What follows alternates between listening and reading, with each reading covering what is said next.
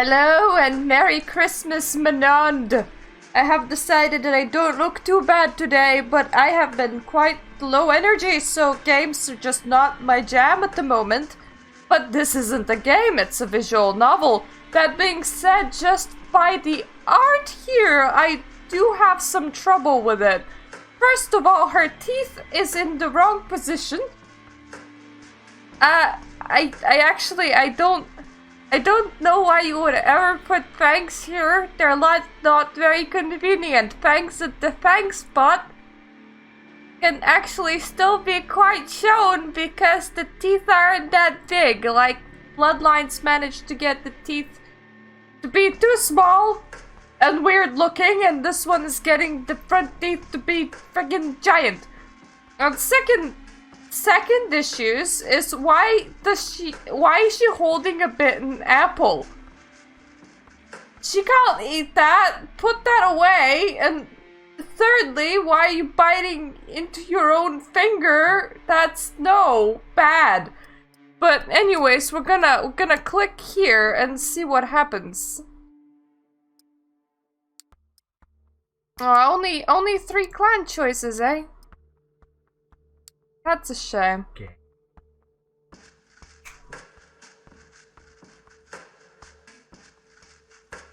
Well, fine. Fine, we're gonna be the only girl available, which is a Ventru, which is... Oh. Gonna be a corporate asshole, I suppose. I'm gonna be a venture corporate asshole called Corp. She does have a haircut that's very like mine, though.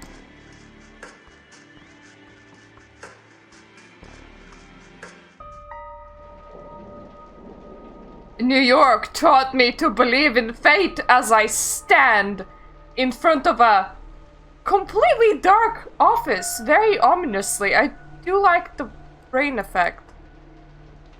Had you asked me about fate back when I was human, I would have told you it's just superstitious bullshit. That we're all our designers of our own destinies. That belief shattered when the richest woman in the United States, the actual richest one, not a face that you could have seen in the papers, of course, sank her teeth deep into my neck. Maybe you should have taken up demonology, man, and just kinda shifted fates, you know, in case you didn't like yours, but that's just me. It happened in the very same place you're standing in right now, by the way, fate. You decide. She was sadistic enough to give me this very office. Alternatively, this was always my office, and I never moved, because I am weird. Please, there's absolutely no need to be hostile, just listen a while longer. Just stay a while and listen. How was that? Yep, that was the phrase.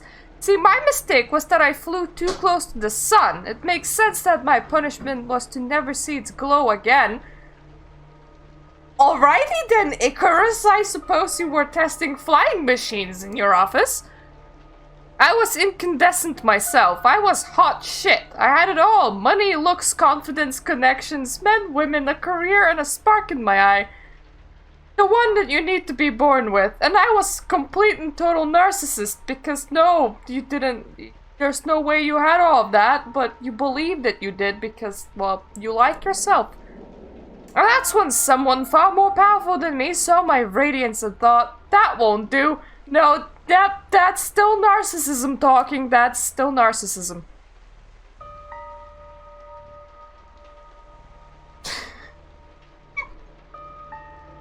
My husband just said he had a spark in his eye because he forgot to wear the welding mask. Yep, that would be it. That would be it. She robbed me of the light erupting from within and gave me a subtle, enduring gleam in its place. She decided that would fit me better.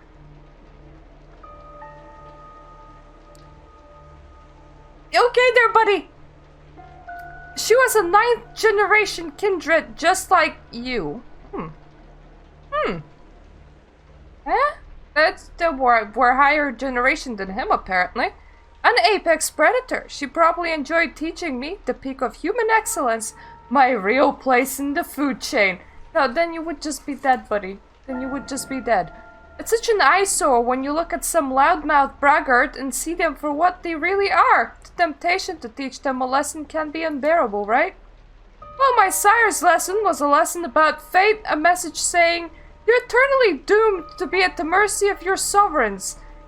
It almost drove me to destroy myself. You should have just taken demonology, man. Like, there's so many things you could have done, but you have decided that that is the lesson, and that that's gonna drive you to suicide, and that it's gonna drive you insane. The thumbs up?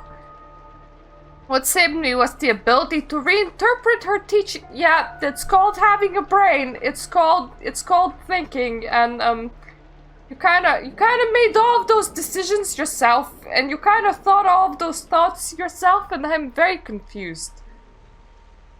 Ooh. And that's not something a Ventrue would ever commit. Hers wasn't a message of doom, it was a message of hope. Okay? Fate exists and one can shape it given the right tools. I have not been given light bulbs though, hence why I like standing in closed offices in complete and utter dankness. My sire didn't believe my tools were fitting for the job. She considered them toys and me just an amusing subject. You have some issues, man. Why are you telling me this? Well, she's deader than dead now, and I'm still here, standing right where she stood when we first met. So you killed her to get the office? Is that it? And it came with no light bulbs. You might have wondered how I learned about your arrival to JFK Airport. I imagined my name was on the ticket? I mean, airport arrivals are kinda hard to hide. My answer is, of course, destiny. As luck would have it, today happened to be the day some of my associates were inspecting the coffins.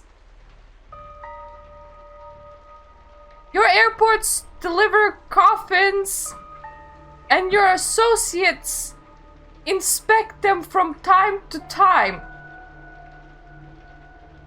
That's not weird at all. What do you do when you find real, actual dead people?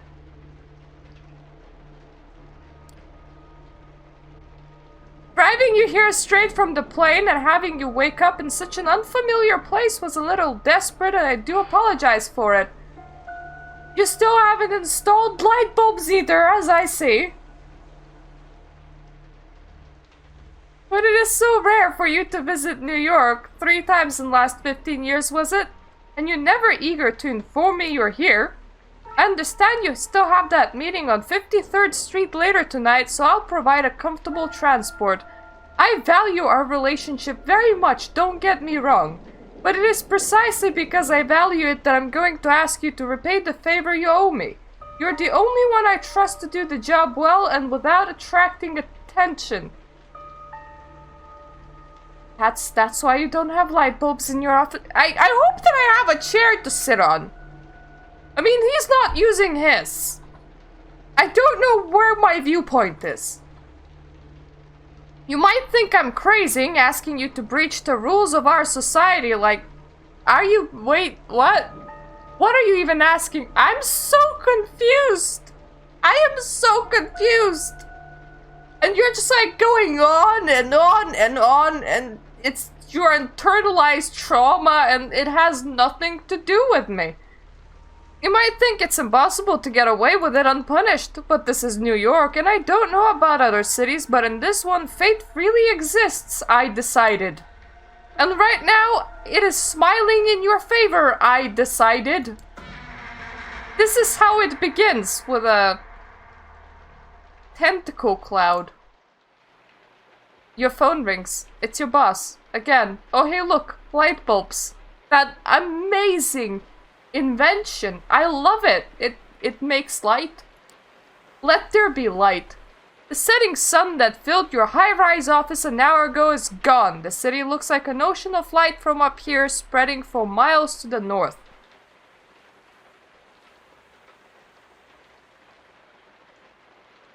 Okay.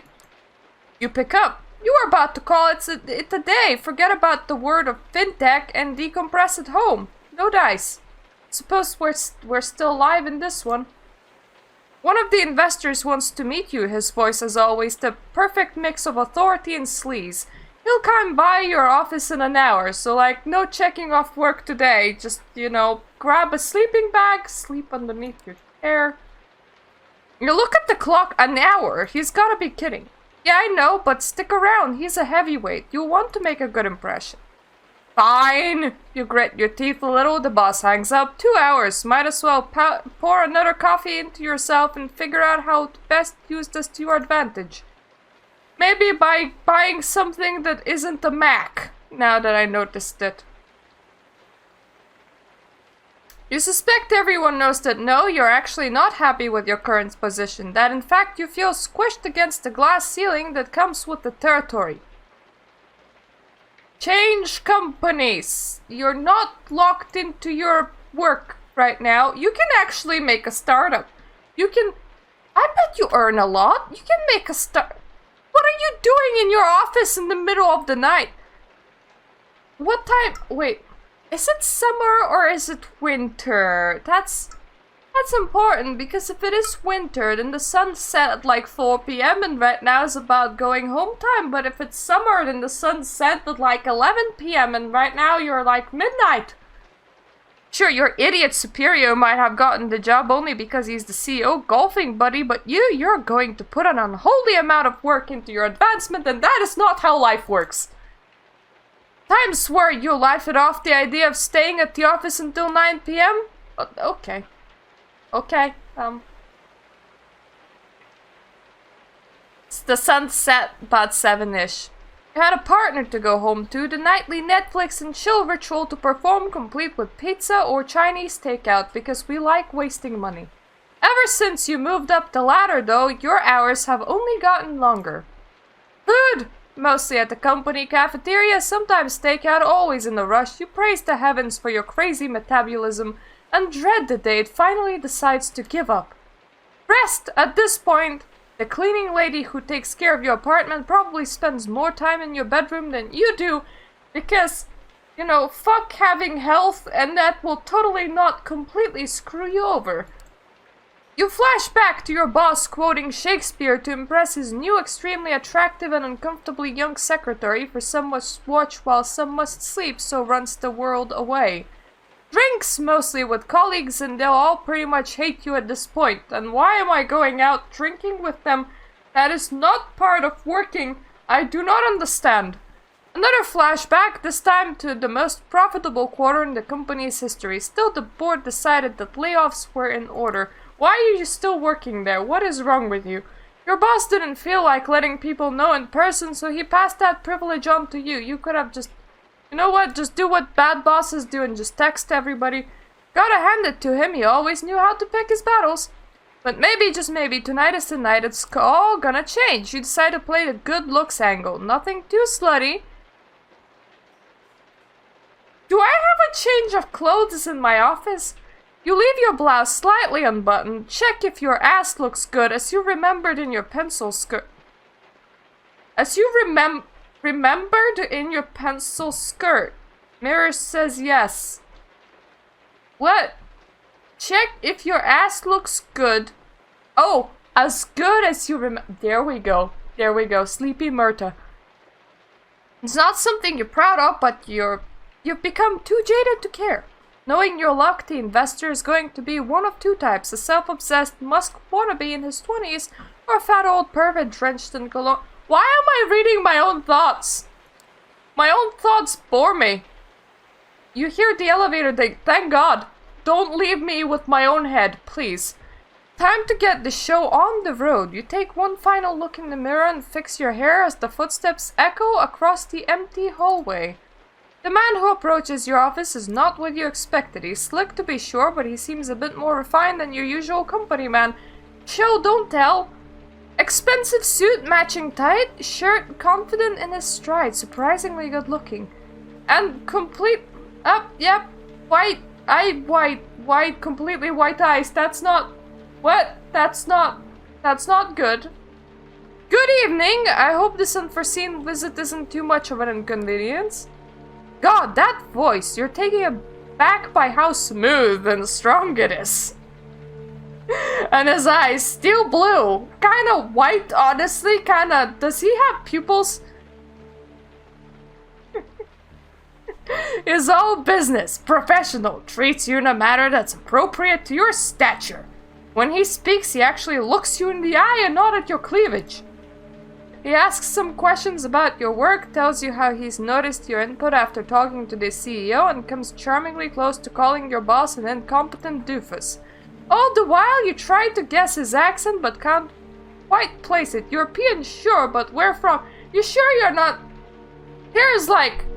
You sure it's European? There's a lot of countries. I know I've kept you long enough, but would you indulge me and join me for a drink? Of course! For a minute there it seemed like he wasn't that kind of guy. But what the hell, you go with it, he seems nice enough. Besides, it's not like you have other plans. You said you have a partner. What happened to that? Did you, like, shelve that?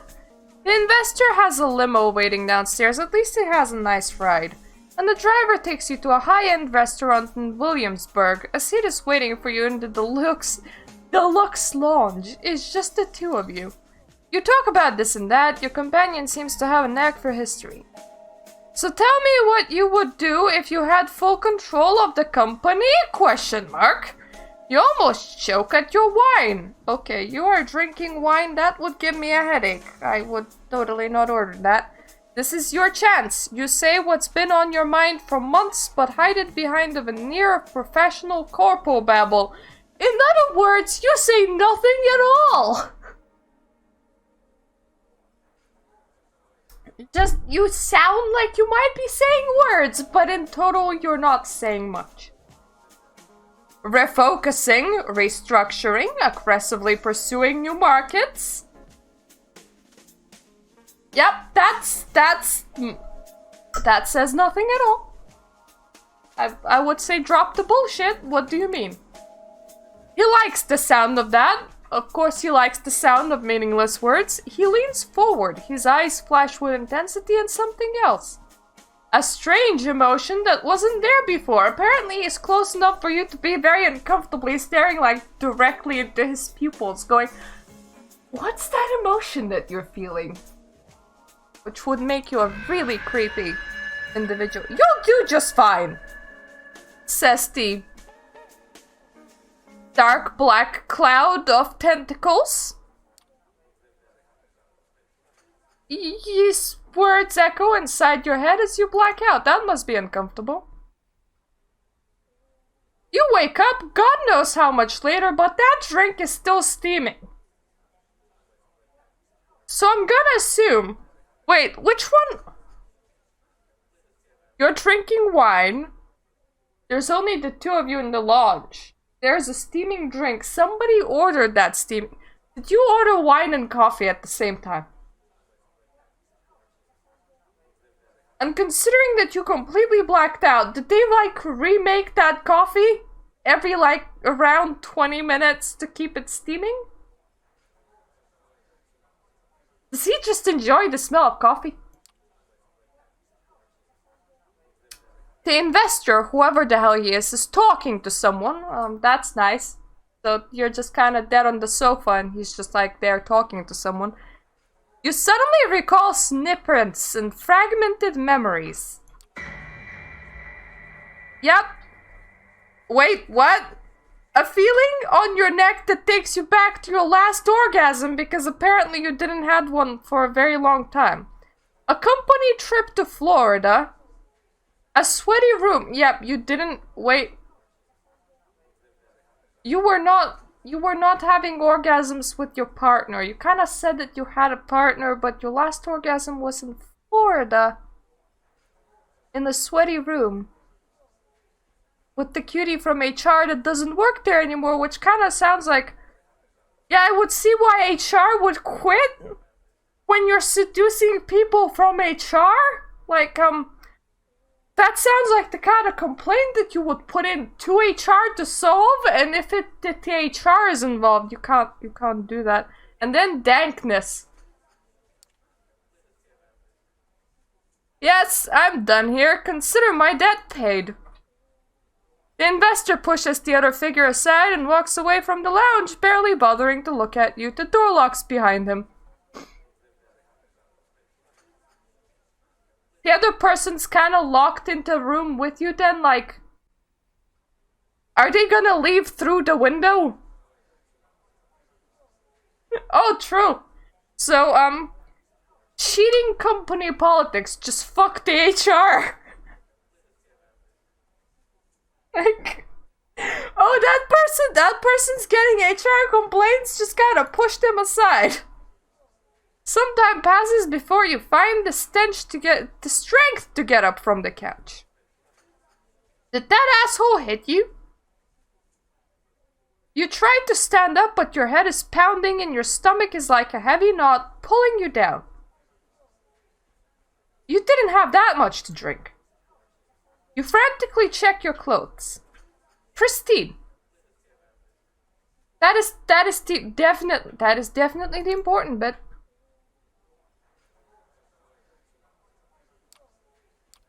Okay, you're hungry now. And apparently you're hungry, like, really suddenly. Like, you were just fine, and then you're suddenly really hungry, and then you fell on the floor whining that you're hungry. You try to calm yourself with a breathing exercise. That's a new one. That's when it hits you. You're not yeah, it's hard to do breathing exercises when you're not actually breathing.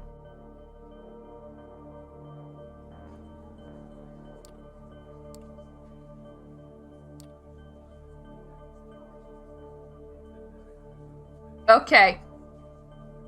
So we were locked in the room alone, I'm gonna assume? Because the door now unlocks. And the young waiter asks if we're okay. And we're confused. And everything is wrong. And the smell reaches our nostrils despite the fact that we're not breathing. If I hold my... No.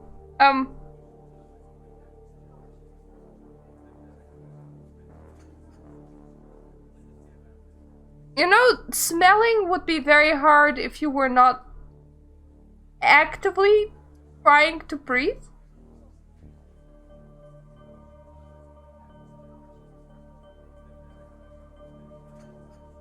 Nope, if I hold my breath and I waft air at myself, even with a waft, okay? Because you're holding your breath and everything's at the standstill. No air enters your nostril, therefore you can't sniff. Sniffing either requires you to actively breathe or to actively sniff. Pick one or the other. It's intoxicating. Everything feels right again. But fuck the waiter.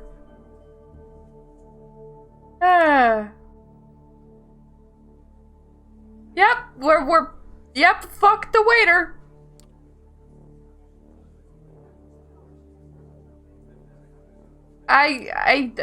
We definitely, we're eating the waiter. We're eating the waiter.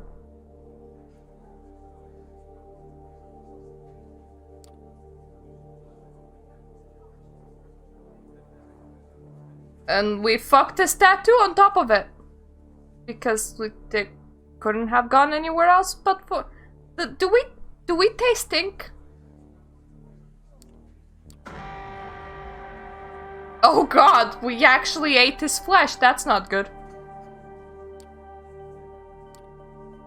What was in that wine? Yeah, that's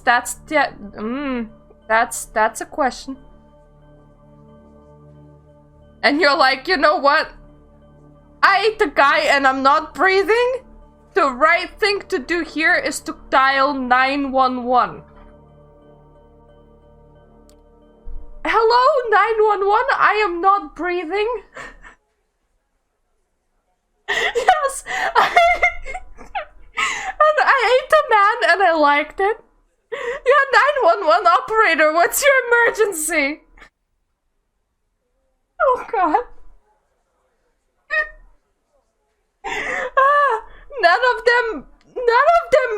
none of them convey the situation correctly. Considers a heart attack. That sounds like a panic attack. I would love to call 911 and go, I'm either a zombie or a slime. One or the other.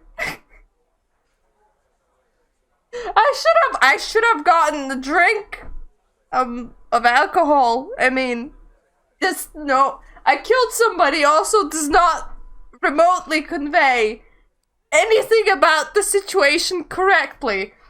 But let's go with my heart actually stopped. My heart, it's not beating, says mate. Ma'am, where are you right now?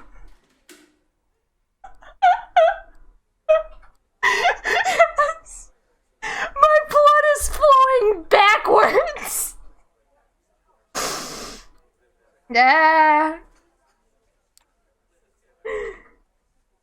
Okay, another pretty boy. Pass me the phone if you want to live. Says what? Whoever this guy is. Ma'am, hello. I apologize for wasting your time. My new colleague got drunk and is now trying to impress everyone with her antics. Good night. That's not suspicious at all.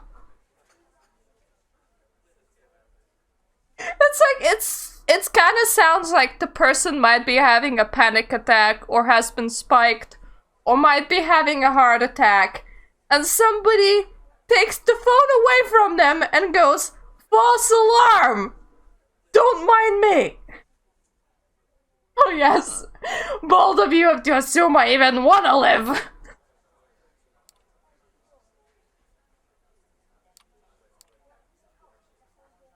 Good evening, miss. I am here to pick you up. Pick me up? Call an ambulance. Hello, Jade. I've been kind of low energy recently, and I've just been doing a lot of reading and not a lot of game playing. And I tried playing Cyberpunk today, and I was just like, nope, not happening. Bad idea. Bad idea. So instead, we're reading a really crappily written visual novel and laughing at it.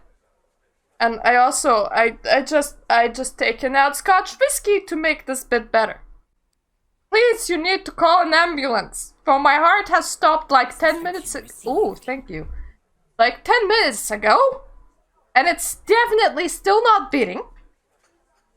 Someone else is taking care of that. You mean like a hearse? Critical condition, but he might live anyway.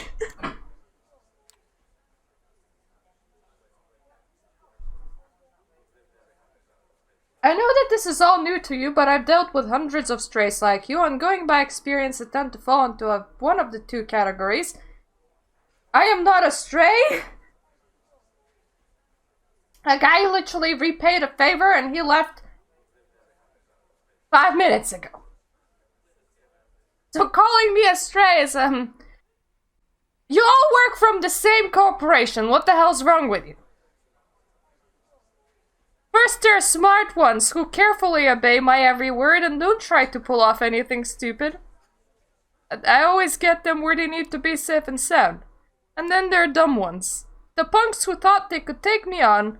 The wise guys who tried to contact somebody secretly and without permission. The troublemakers who tried to run off or make a scene. I am actually trying to figure out how you could do all three at once. Because I think that it would be hilarious. So let's first undress, because that would definitely make a scene. Then dial 911 again while trying to punch him. How about that? None of them got to their destination in one piece, two pieces instead, then, right? In fact, most of them never reached their destination at all. They kinda just slept in my car, they're still there. He's bored. So, you see, while I generally consider myself pretty smart, of course, I mean, the intro had a guy that had so much internalized trauma that he liked standing in dankness. So, of course, you consider yourself pretty smart. Everybody apparently loves themselves here. I'm also a Mets fan because I asked. It's my one true weakness. I like sports. Wow. One that inspired me to come up with a 3-strike system when dealing with pups like you. Otherwise, it would have been between 1 and 5. Because I like pulling numbers out of my ass.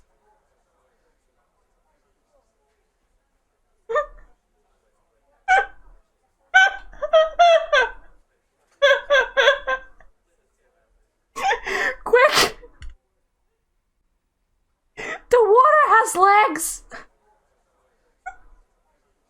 Yes! Dial a cell phone while running and throw things back at him. Especially your clothes, because that will definitely cause a scene. If you get on my nerves once or twice, well, I understand not all of us perform well in stressful situations. But cross me 3 times and you're out. No excuses, forgiveness, or mercy. Okay,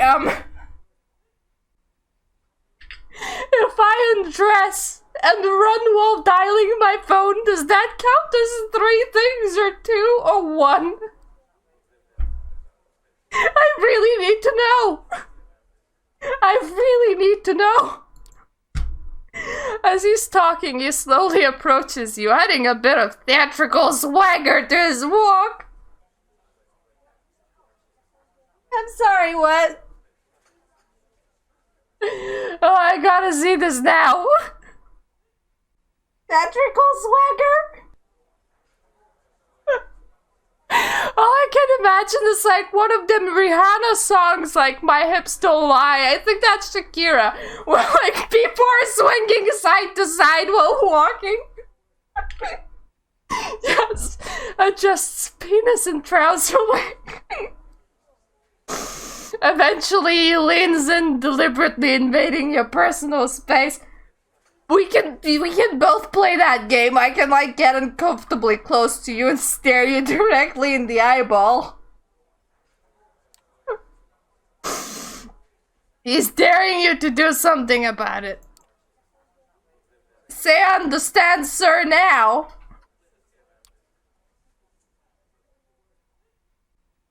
I'm confused. What are you even talking about? Yeah, licking nose is a good one. Can you please tell me what's going on? No, I thought I made myself clear. Strike 1. We don't like confused people in this house. Is there anyone you want to inform of your current situation? Apparently that makes him aggressive.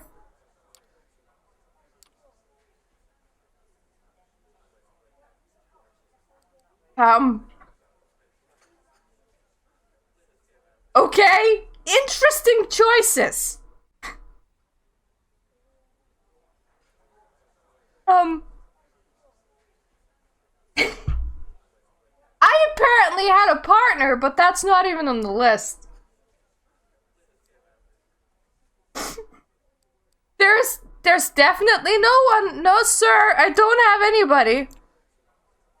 No family, no lover, no friends, no nothing. A job!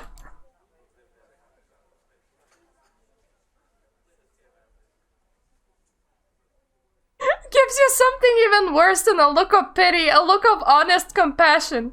Well, that makes things simpler, but let me be crystal clear just in case. From this point on, you're subject to different laws than the ones you grew up under, and you'll be watched by many eyes to ensure that these laws are respected. We're our own country, goddammit!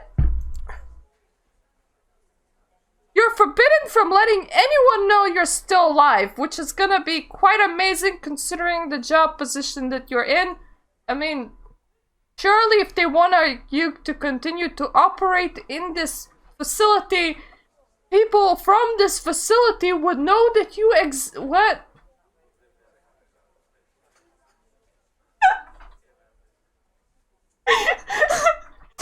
I'm a vampire! Might delete later if I'm feeling cute. Selfie! Oh, that would be such a great strike. That would, yep, that's definitely something that one should do.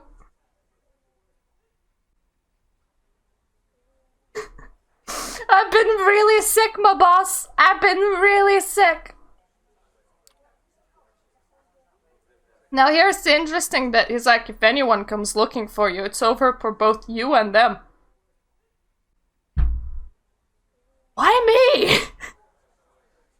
I mean, if they die, but like, imagine your boss literally tries to call in as to why you haven't been at work. And they're like, that's it, you die. So unless you want your boss to end up at the bottom of Hudson, I suggest you cooperate.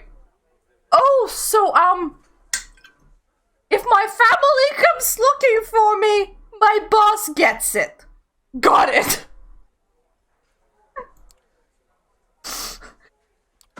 Don't tempt me, apparently.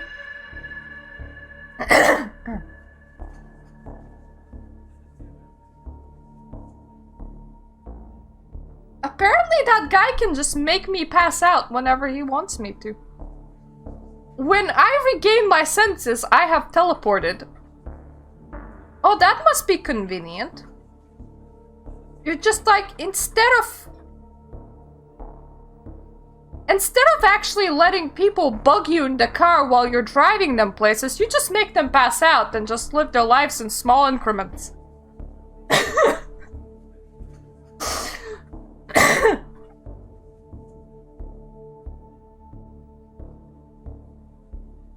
When you regain your senses, you find yourself in strangers' arms. The man is holding you as you would be a spouse who had a little too much to drink.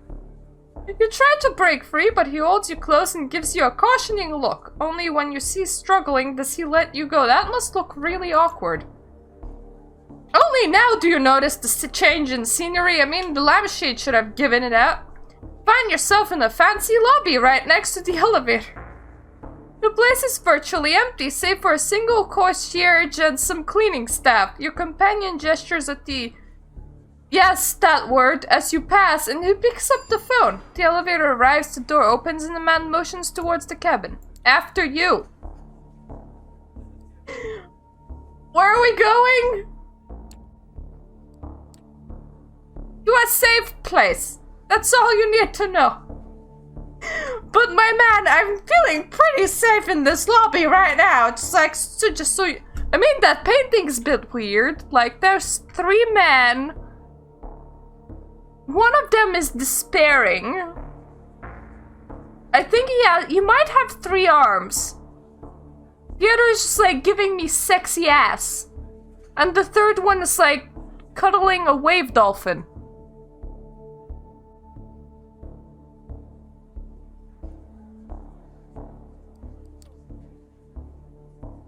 You don't want to make this difficult, just get in. You could have, like, not woken me up then? I don't... How awkward did it look up until this point? Like, did you, like, drag my dead ass into the building? Which would be a dead, non-breathing, passed out ass, by the way, so somebody should have, like, noticed that you're carrying a corpse. And then you sat with me on the sofa, thinking, well, this is awkward. Until I woke up. And then you're like, now get your ass into the elevator. Instead of just dragging my dead ass into the elevator. What? Okay. Smooth jazz is playing it over the speakers as the elevator starts to descend. That makes everything better.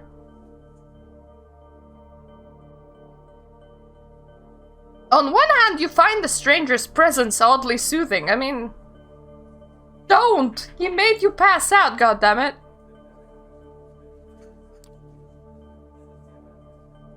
Okay. You can worry about being kidnapped. Yep, that's a good idea. Why are we in the street? The man shows you a black Cadillac Escalade. Wait. Were we still in the restaurant building? Did you get, like, downstairs with my dead, passed out ass? Even though you could have just waited in that nice private room instead. Until I was not passed out in order to show me the garage. What? I know what you're thinking. Getting into a car with a strange man. Boy, seems like a dumb idea. No, it seems like a great adventure. Always follow the candy van. The candy van is the one with the plan. Maybe I can make a run for it. I might be able to lose him. So let me be perfectly clear. Your best bet is to get in, relax, and enjoy the ride. I mean, you don't want to know where we're going. Oh. I like the answer that just says, I have money. I mean, oh, my brain got brain.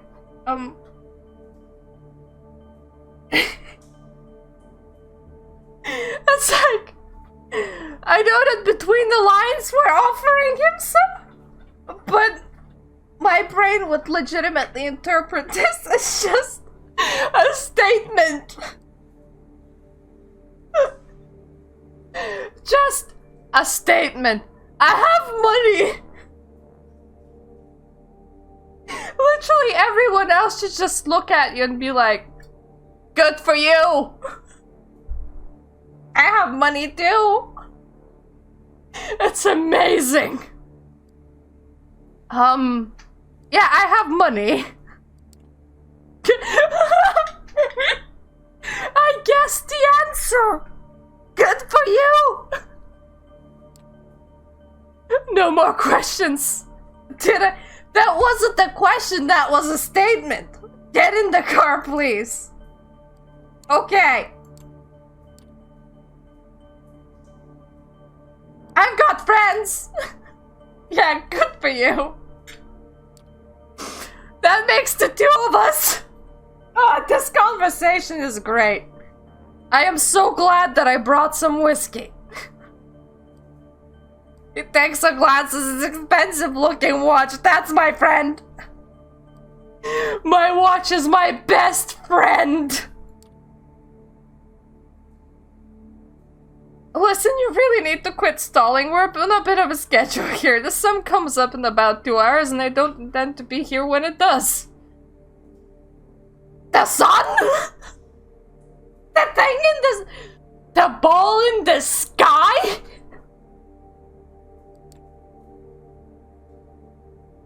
Oh, you really don't know, do you? Good thing I got here when I... You well called in, my buddy. I mean... The other dude and you must be working... You guys, like, got in 10 minutes apart. Yes, it's the big glowing thing in the sky. But that's not important right now. Would you like me to explain the moon? And the stars? And other planets? Because boy will that blow your mind. Okay, we actually get it. Oh god, that mirror bad. No. Okay, this is where he is, right? And it looks like his face is being reflected off the mirror perfectly. Because we have short hair and he has long hair.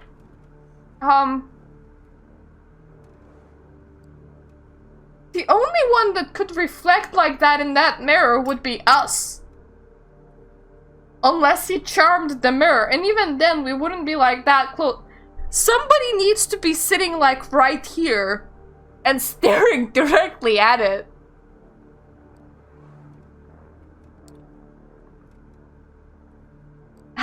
guy alive! Aren't you in big business? What do you need a heart for anyway? Thanks, stranger.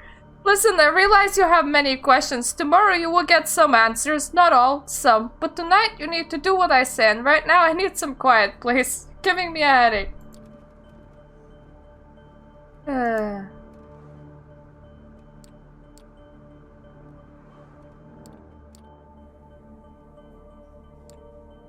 We're here, apparently, wherever here is.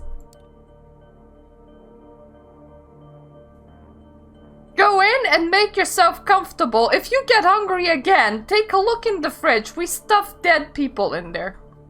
I mean, it's still living, technically. I'll pick you up tomorrow and then you'll get answers. I hope that we're not... I mean, that looks like it would be a corridor, right? I hope that there isn't like a door that leads directly from the garage into like a single apartment, because that sounds like it would be a very noisy and uncomfortable experience. Behind the door is a small room, no windows, just a simple bed and a single light bulb hanging from the ceiling. Okay. Okay, if that's in the garage, I'm not entirely surprised. A small fridge is humming away in the corner. So we have a fridge, an AC fan, and a bed. That's not happening. Are the lodgings not to your liking? Too bad! Look, this room is your best chance of seeing another night. I realize you've been put in a problematic situation. It's not entirely your fault. Cooperate and you might still make it. You will learn more tomorrow, but for the time being, get in and get cozy and get really, really, really bored. Unless, of course, you have Twitter on your phone. In that case, vampire might delete later. Feeling cute today, though.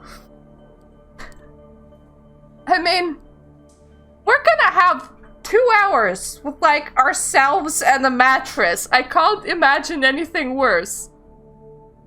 Yep, we're gonna have 2 hours with ourselves and the mattress then. Well, we do have some walls. I mean, we do have blood. We could start making blood drawings.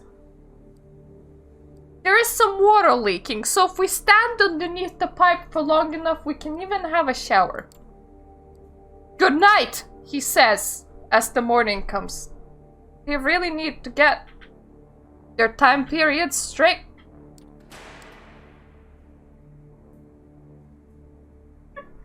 You open the fridge, there's a single plastic bag there filled with red liquid, no label. Tomato soup? Yes. Yes, Donnie, tomato soup.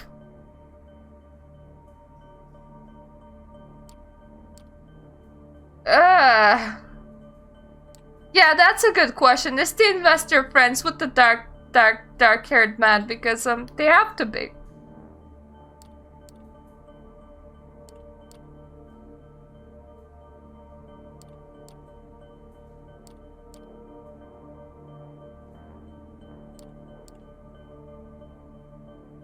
I really don't like being inside this girl's head. I mean, I've read her shenanigans at the start of the Office thing, and honestly, I don't actually know why didn't she just start a startup and quit. So I'm just... Whenever she's gonna be speaking to herself, unless it's really important, I'm just gonna be clicking next because she's not that great. You wake up. It looks exactly the same way. Is that dust particles or flies? Because if it's flies, it's really pretty. It looks like glow bugs. That's really magical. That in itself is a surprise. You barely remember when you drifted off. Oh, so it's like getting put under for surgery? Because that's quite the... I had that... I've been put under like 3 times. And yep, each time you're just completely switching off.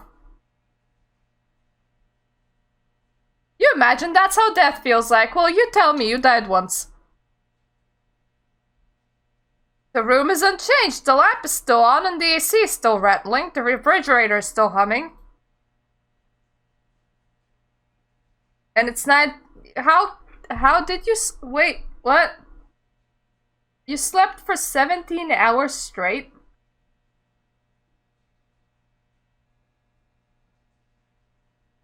I'm now trying to do math. Give me a sec.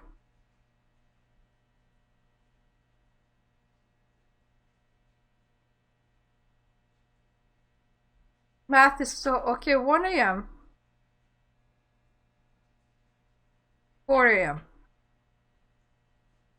So, like, you already passed out, like, twice that night, but, you fell asleep at 4 a.m.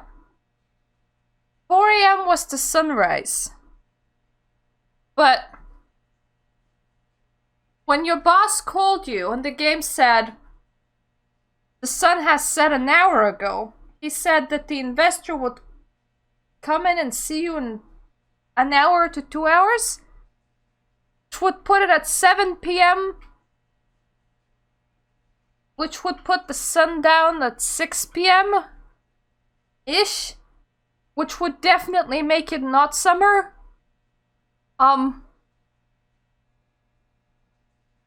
You need an alarm clock? You kinda do, because I have a feeling that you slept a nice part of the night away. Maybe you did die.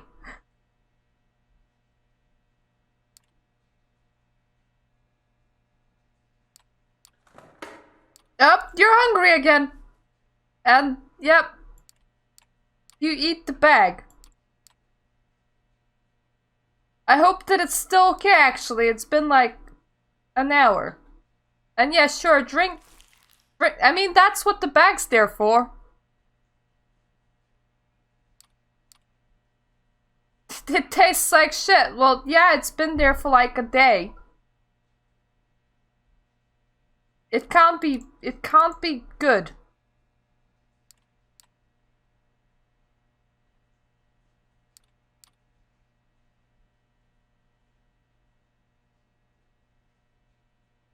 Up, we threw up.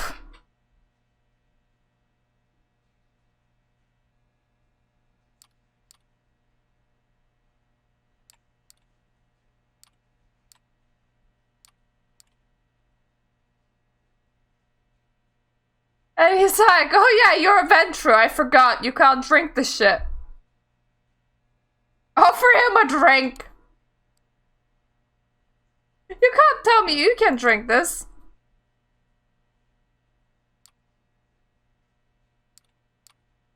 Not all of us are picky eaters. Are they employed?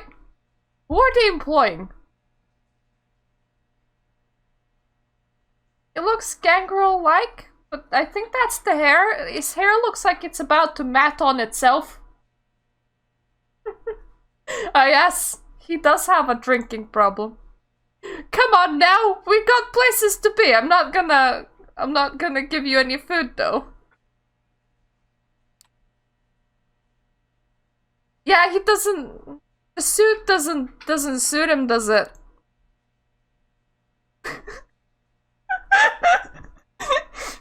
I mean, I am drinking alcohol. It's in the middle of the night. My sentences are gonna be amazing. I like the fact that hijack the car is an option. Wow! No, we're gonna play nice. Your cooperation is appreciated nonetheless. Thank you, Gangrel. I'm gonna continue calling you Gangrel because, you're definitely not Malkavian, you don't look Nosferatu-ish, you can't be a Tremere, you wouldn't be a... If you're a Tremere and you're a car driver, something went terribly wrong.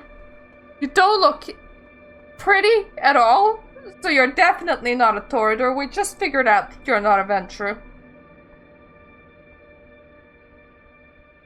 Brewhouse would be like, fuck the police. You drive in silence for a while.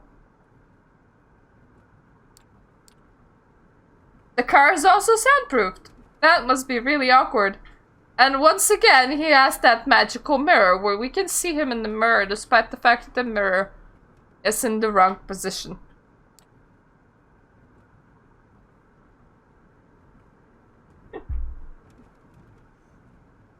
Aww. I'm sorry. And hey, company! Company of, slightly kooky Mirta in the middle of the night on holidays when she couldn't play real video games, so she's reading a visual novel. Well, hey! There's nothing left to do but wait. I would ask him to at least put the radio on. I mean, come on, you don't need to focus on the road that badly. Didn't have time to think about it before, but you realize now that you're hungry? I mean, I'm pretty sure that you thought about it when you vomited that bag on the floor.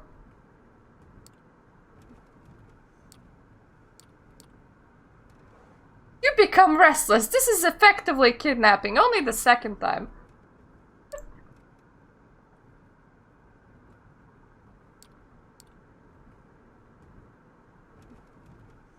You feel the need to get a semblance of control over the situation, so you decide to prove yourself useful. Our screen is like getting bloodier. I hope we haven't vomited blood on our eyes, because if we did now, that is awkward. I have a worthwhile skill set. I imagine that the answer will be good for you. I'm an investment advisor. And I have a lot of experience in fintech. What is fintech and why would an investment advisor be useful for anyone?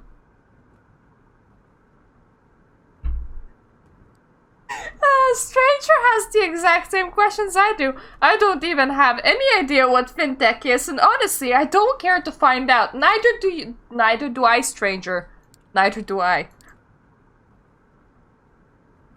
I'll be frank, currently you're in no position to offer anybody anything. The sooner you accept that, the better. I am a nobody! Oh, I'm sure nobody low-level enforcer like you knows a thing or two about being in no position to offer anybody anything.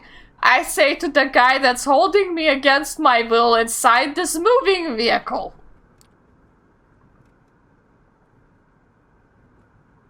He looks really angry while his face remains completely unchanged. You don't know anything about me.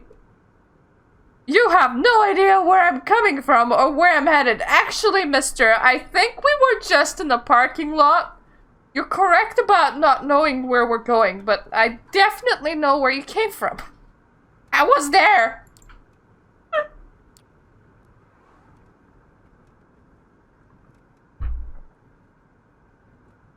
Your attitude won't help you make any friends, and in your current position, you definitely need some. Consider that, preferably in silence.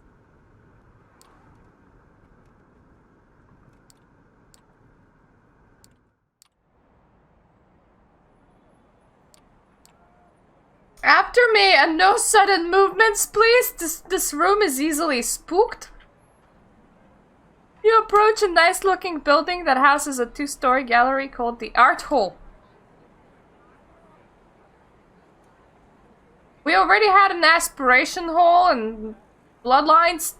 These people, yeah, these people love their holes. Art hole? Art hole.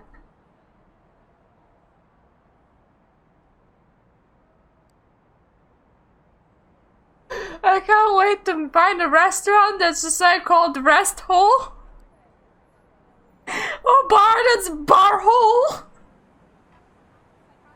Or for that matter, a tower that's called Tech Hole. Hello, Rophe. It's Christmas Eve. We're getting pissed laughing at this visual novel. It's a butthole. 2 large men in suits flank the door on both sides, and they give your companion a nod as you approach. Prompted by the stranger guiding you, you walk inside. Gallery is full. Thank God! If it was an empty gallery, that would have been a shitty gallery. Which is unusual at this hour, to say the least. Oh, full of people! I thought it was full of paintings. Mostly because not a single of the people is illustrated. It's like, I mean, that could be a window, but it kinda looks like a painting. About 24 faces filled the showroom, and a number of waiters navigate the gathering, serving drinks. All of them are beneath the guests' attention. The visitors are well dressed for the most part, but it's unclear what they have gathered here for. Nobody seems to be particularly interested in the art pieces on the walls, and the atmosphere is polite, unnaturally so. Many guests turn to look at you and the stranger who brought you here. Their glances are varied. You see open contempt on a few faces and animated interest on others. Most of the eyes in the room calmly observe you as if wishing to appraise your worth. They're interested in buying me, aren't they? I am worthless. This reminds you of your company meetings. We used to sell people in our company meetings, didn't you know? You, the only woman in the room, silently judged not on her merits but her standing on the list. Past and clandestine email threads between your male co-workers until HR found out, that is. You fucked the HR! You have no right to be talking about anything. Not the most pleasant experience, but there's no denying it taught you resilience.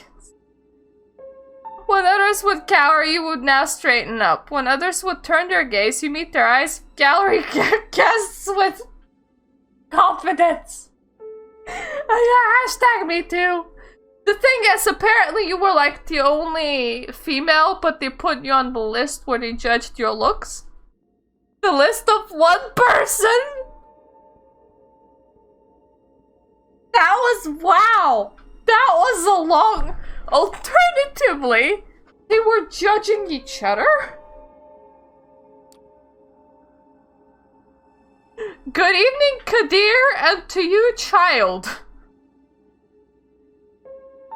Child of sorts and of somebody's. Child nonetheless. It would have been like, hello, Ma. The noble, cold voice takes you out of your head and back to the situation at hand. Oh, noble voices.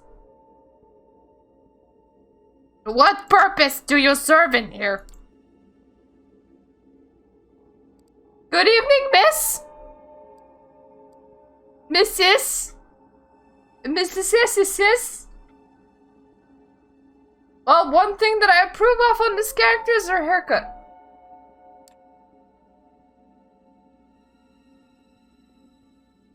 You are addressing the Prince of New York City, Helene Pankard, child of Michaela.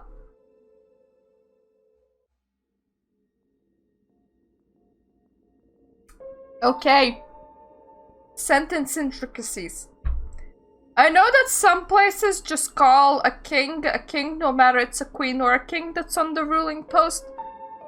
This would mean that they don't differentiate between princes and princesses. It's just prince no matter what, which is... If you're gonna do a hashtag Me Too thing, this should be the place where you do a hashtag Me Too thing, honestly. And secondly, that was a man, but his name was Michaela? Thank you, my sheriff. Oh, okay, definitely a gangrel. But I'm capable of introducing myself. You may address me as Prince.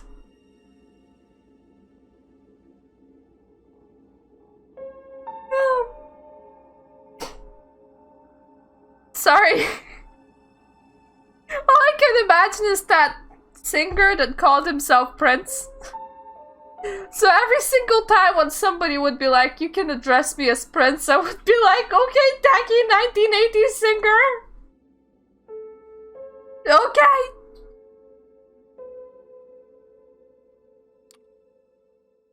The rules of our society dictate I punish you both for this transgression. But my sire was apparently repaying a favor. But I'm willing to listen to what our loyal sheriff has to say about the circumstances first. Embrace, is that a euphemism? that what you call drugging a woman and raping her in a private lodge? You want to punish me for it?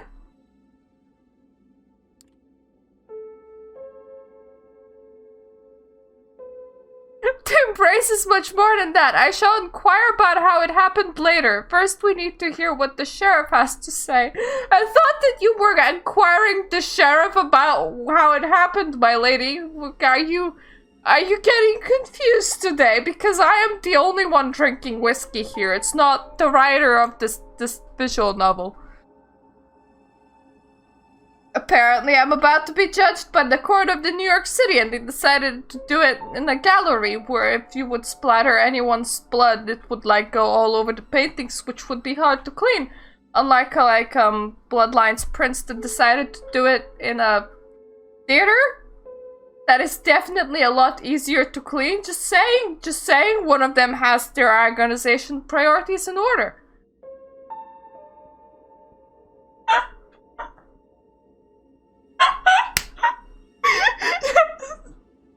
Prince Bannon!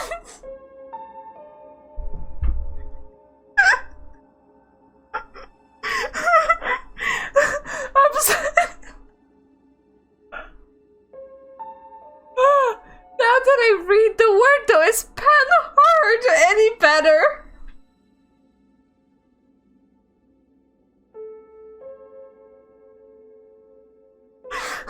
Prince, I pan really hard. I really do, sir.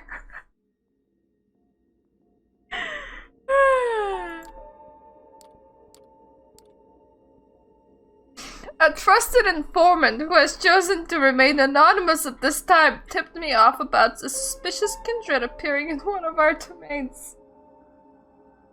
At least he has a normal last name, goddammit! If your last name is Panhard, consider changing it.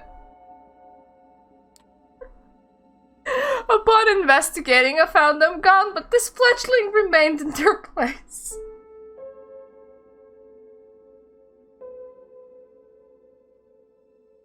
They were rich and well connected, huzzah!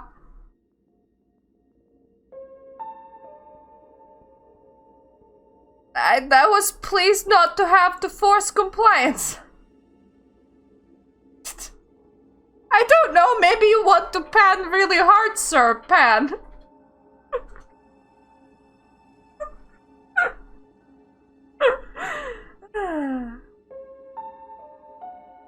Opening the door to the safe house tonight, I was greeted by most disturbing sight of her drenched in regurgitated blood. Apparently the bagged supply was kept in the fridge was not to her liking. Okay, now I'm getting judged by me vomiting. Yeah, bad.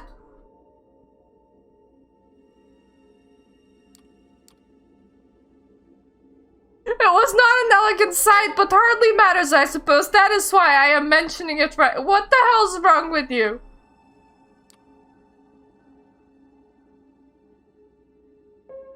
We had a quick chat and drove in silence for 25 minutes.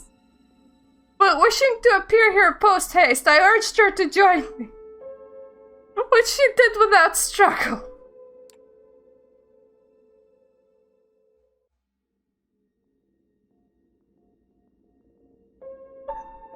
I mean, that woman has to be a Ventru. But yeah, apparently nobody has seen a single Ventru in this whole place, hence why I didn't even think about bag blood. During our drive here, she showed me her fangs. Metaphorically speaking, she didn't, literally show... I kind of want to know what his drives are normally regularly, because I bet people are bigger derps than that. I mean... Have you seen my teeth, man? Teeth! Posturing as if we were equals, insulting me when it didn't work. You didn't tell me anything, you weren't my driver. I refrained from causing her physical harm, but I expect her ego might have still been a bit bruised. The story ends with us arriving at Elysium tonight. I take note of this fledgling's behavior and will take it into consideration later. First, there's a matter of your sire. The person who brought you where Kadir picked you up from last night. Who were they? A handsome businessman!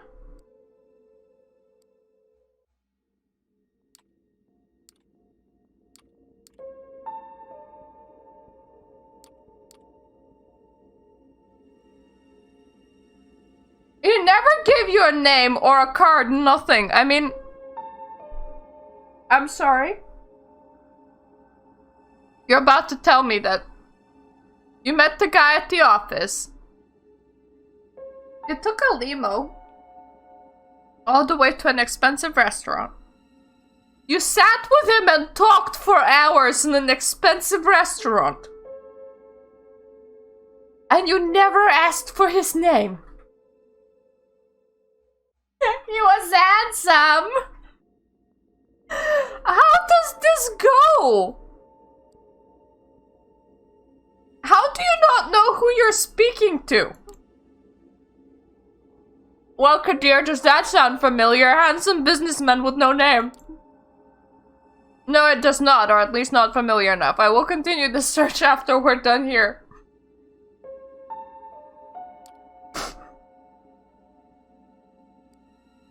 He talked to somebody at the restaurant.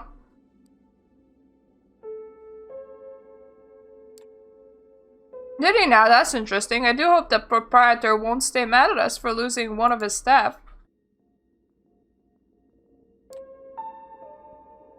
Thank you for that observation. I will investigate it later. What shall I do now, my prince? What is your recommendation, my sheriff?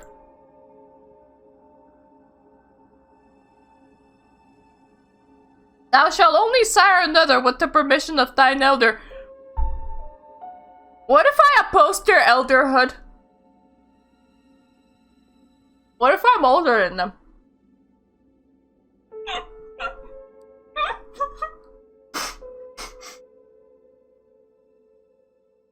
You know, World of Darkness channel interviewed people to talk about the excellence of the music, and yeah, it just sounds like they lost the cat on the piano.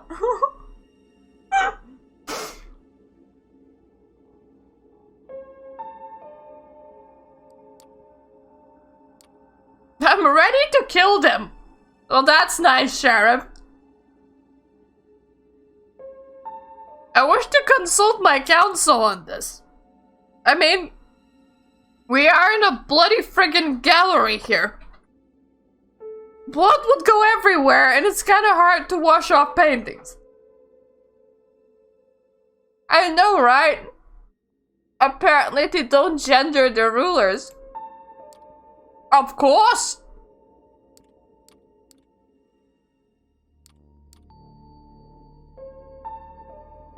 Sheriff, I was wondering if I could have a word with the fledgling. Says the woman with appearing and disappearing haircut. What for?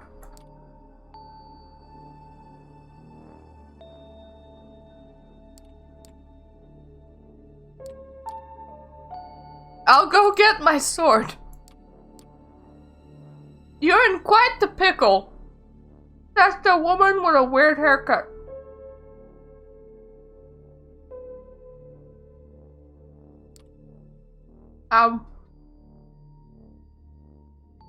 What do you mean? I am really dumb.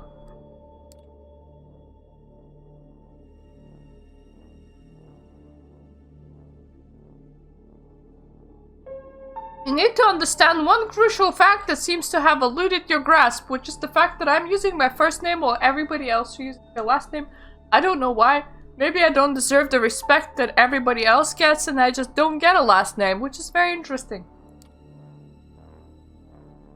Last night you became a vampire, and apparently my dumbass brain didn't put two and two together up until this point. Wait, what? Yep, my dumbass brain definitely did not put two and two together until this point.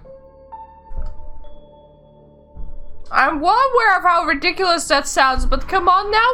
You have been dead for 2 days. You nearly killed a man. Well, you did kill a man. You tried eating back blood. But you didn't put two and two together. I mean, Lily the Thin Blood didn't put two and two together for weeks. Yes, a slime.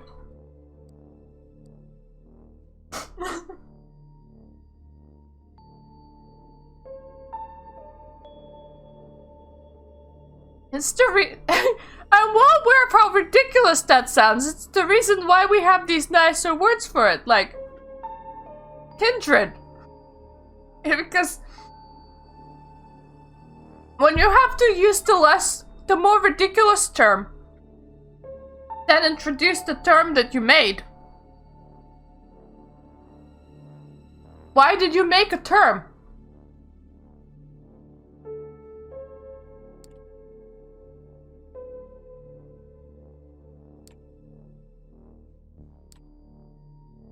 Apparently,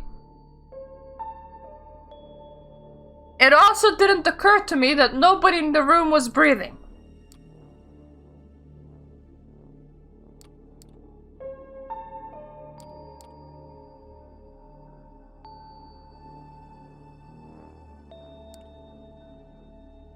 Yep, you definitely did drink blood yesterday. And you have not been breathing for over a day. Yep.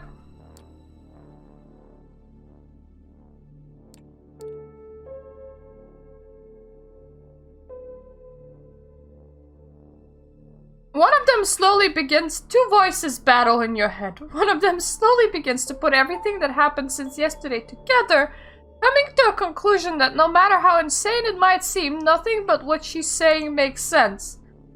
The other voice just keeps on saying, "What the fuck" on repeat. If one of them is your beast and your beast is reacting with "what the fuck," that must be like the best beast to have, honestly, because yep, that sounds like an amazing beast to have. I have nothing else to say. You're surprised. This is often how it plays out by design.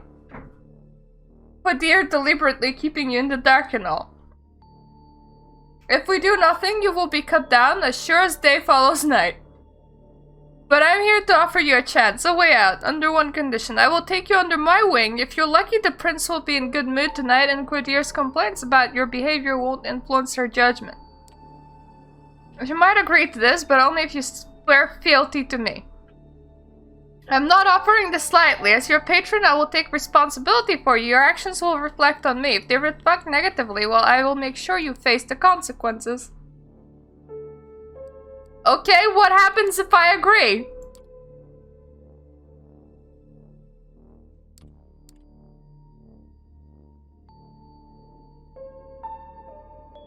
Okay. Oh, hushed voices have kicked in.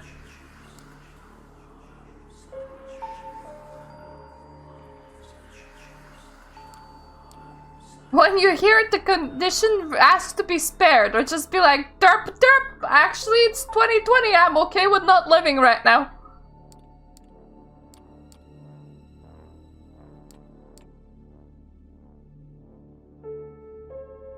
I have made my decision. Their behavior since being embraced has been disagreeable. Has it? Apparently my only strike was asking what the hell is going on.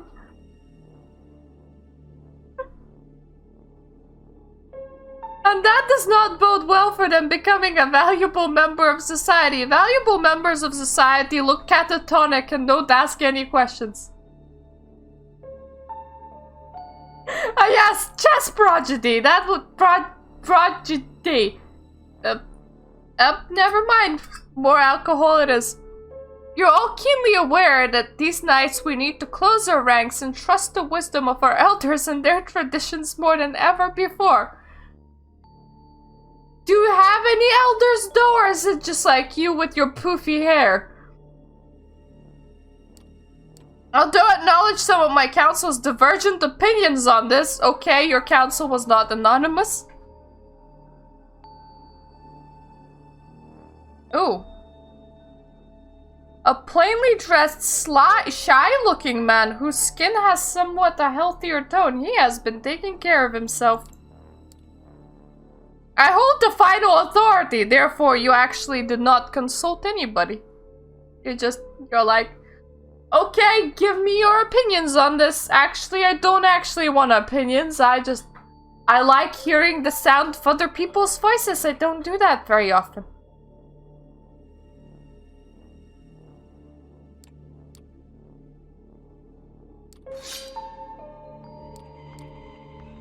Okay, we're now, instead of begging for our life, we're staring at the beautifully detailed sword. It is a beautifully detailed blade, which you expect must be worth a small fortune. Yes! Nobody agreed, but fuck him.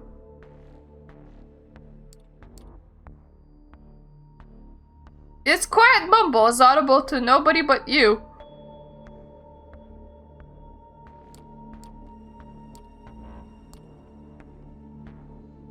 Okay, we're totally asking for mercy. Spare me, please, but don't make me beg, goddammit, because I am not that low. Apparently, when my life is at stake, I will just nope. I still won't beg. Prince, if I may ask you to stay the sheriff's hand for a while longer.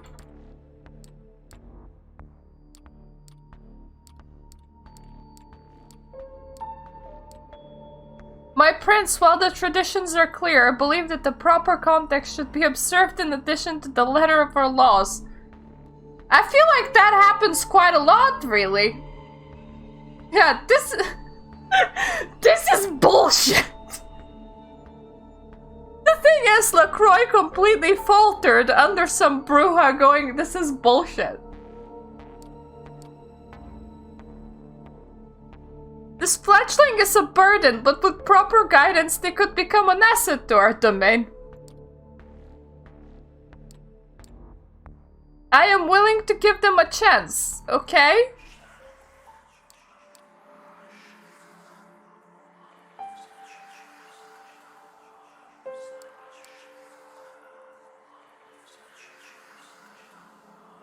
Okay, their sins are time to endure. Oh, we commit sins now, like treachery and bad-mouthing people. I am willing to guide this one.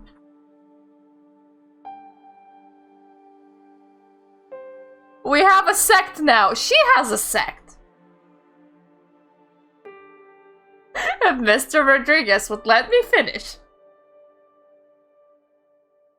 But I would like to receive the right of destruction over them, if it pleases. Fuck it, I just wanted to torture a person in my own personal torture chamber. Yeah, we're just gonna remain silent. She's wearing a lot of red. Red's just her shoulders are really broad.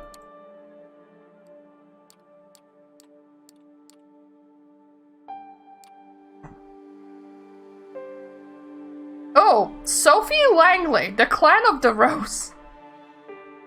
We're not using word starter anymore, just the Clan of the Rose.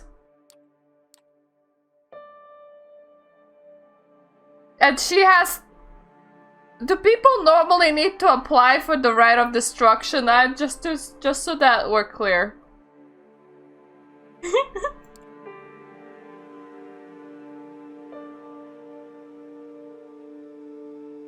Okay, she expects benefits. And it's satisfactory. What is your name? I named myself Corp after a corporation because the only woman was a Ventru.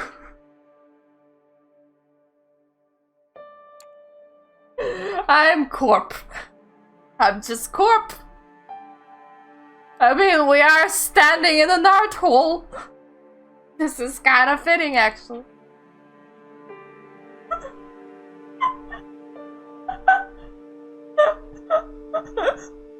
Yes, I'm Corpo.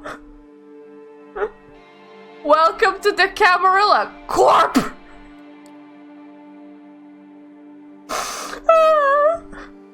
Okay, if you want your child,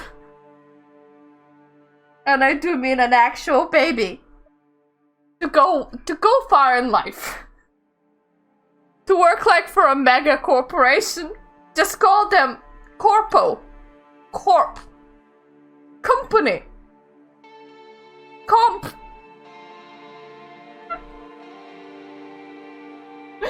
Incorporated.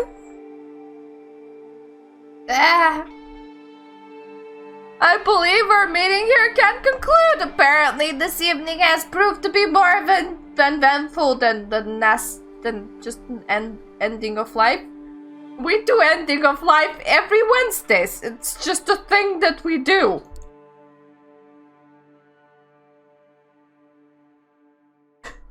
Thank you all for appearing on such a short notice. Give my regards to all of those who couldn't make it. Just like go to their gravestones, put down a flower and say, I am very sorry that you couldn't make it. Let me just speak with Kadir. What is that painting even doing?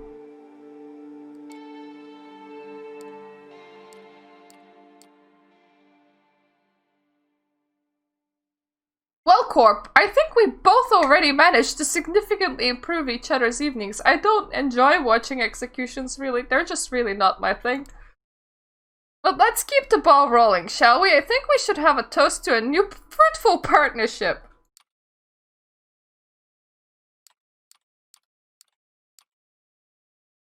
I remember what Kadir said about your misadventure before getting in the car. Some of us have more delicate palates than others. Try to take a small sip.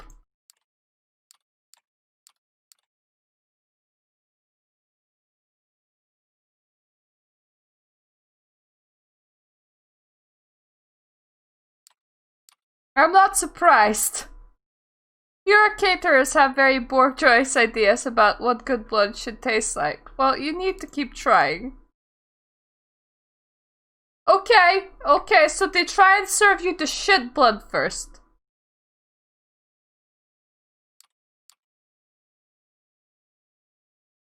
Okay, you finally find the blood that's not shit. Okay. That's what? Do they just serve everything? They're like, okay, we found some rat blood, some bum blood. We mix in some like rich guy's blood in there. Just serve everything. Just whatever. I mean, some people might throw up the rat blood all over the painting over there, but that's fine. Just clean the paint. I mean, we do executions in here. Ah, there it is. Jacob, would you kindly let us know who the donor was? Leave the bottle, please. You have a curiously specific taste, Corp. Is it the clover notes, the traces of caffeine, or the bittersweet aftertaste of melancholy? Am I drinking my workmates? Because it sounds like my company was really miserable.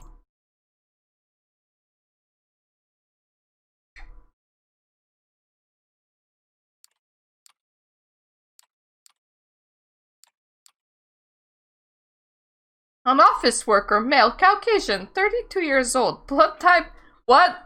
ABRH plus? AB. I mean, I know what the plus stands for. AB is a thing that you can land. RH plus.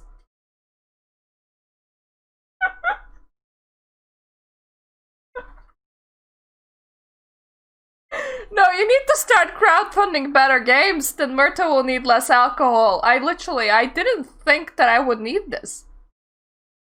But then I started reading it, and I was like, oh god, if I will have to read this girl's inner thoughts.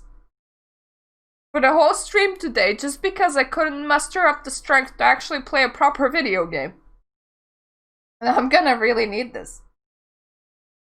Oh, and I hate wine. Makes my head hurt. I have very specific tastes myself. Blue eyes, brown hair, no history of substance abuse, because he was definitely gonna say that. New Jersey native. Might one of these details be that makes the difference? Now that we have picked up the right bouquet for your palate, these documents should be useful in identifying your exact taste. Should that be RH plus or Jersey boys? But I believe you have more questions, though. Perhaps we should start with those related to sustenance. Okay, how much do I have to drink is a good idea.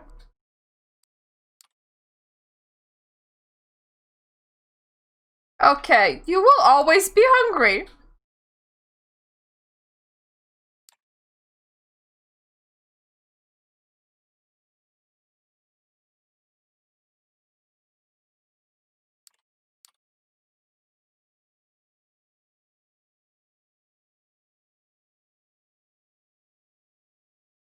Okay, they're like, you can be frugal and just not drink. Nice lady, that explains volume.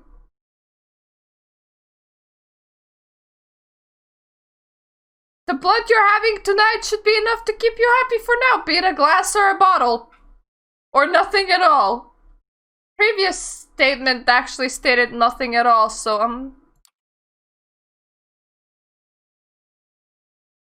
what will you expect of me is a good question. It's a bit more complicated than working for me. If I wished for a servant, there were easier ways to achieve that than risking Prince's chagrin at Elysium.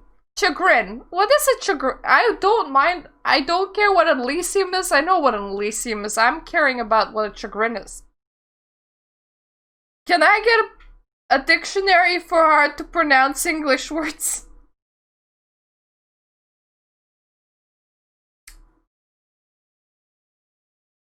Not to mention it would pain me to witness a senseless final death. It always had. We do this every Wednesday, as I have already implied. That said, I will require you to defer to me in all things, such as which shoelaces to pick.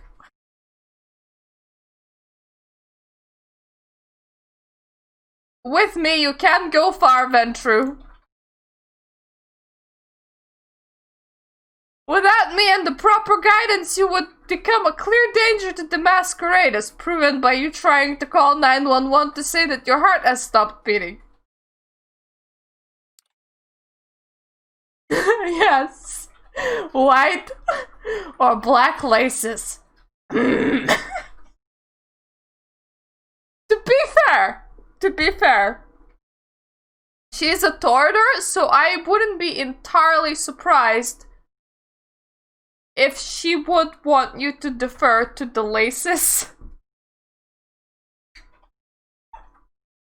I need to pick which type of skirt goes in which part of the second fort. Let me get my elder on the phone. So I'm building a motherboard, okay? And it came with an instruction manual, but you quite specifically said all the decisions. Would you like to build IKEA furniture with me on the floor right now? Because what if I mess up?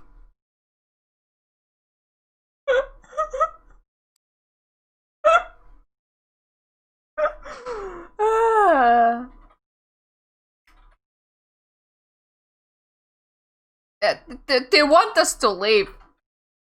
I'm being told that the gallery is just about to close, but we still have quite a lot to discuss. We'll go to one of my apartments. My jalopy is waiting downstairs. Okay, I definitely need a dictionary for regular English words. What's a jalopy? It's 12 p.m. and I'm trying to sleep. Well, I'm trying to build an IKEA wardrobe over here, okay? Ah! Jalapeno! Got it!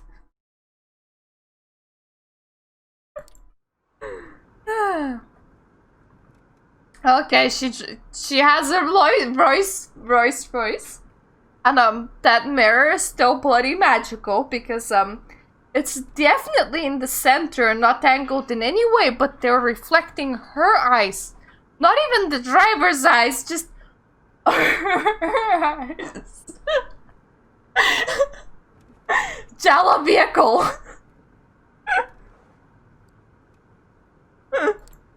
Oh. Ah yes, she's gonna sit in front and talk to me all the way from over there. I believe I started telling you a bit about our customs.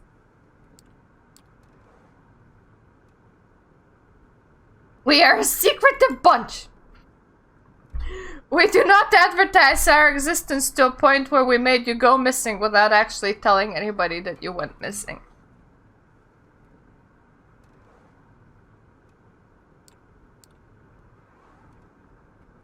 Is that one television show about vampire angels still popular? I don't even know what you're referring to, lady.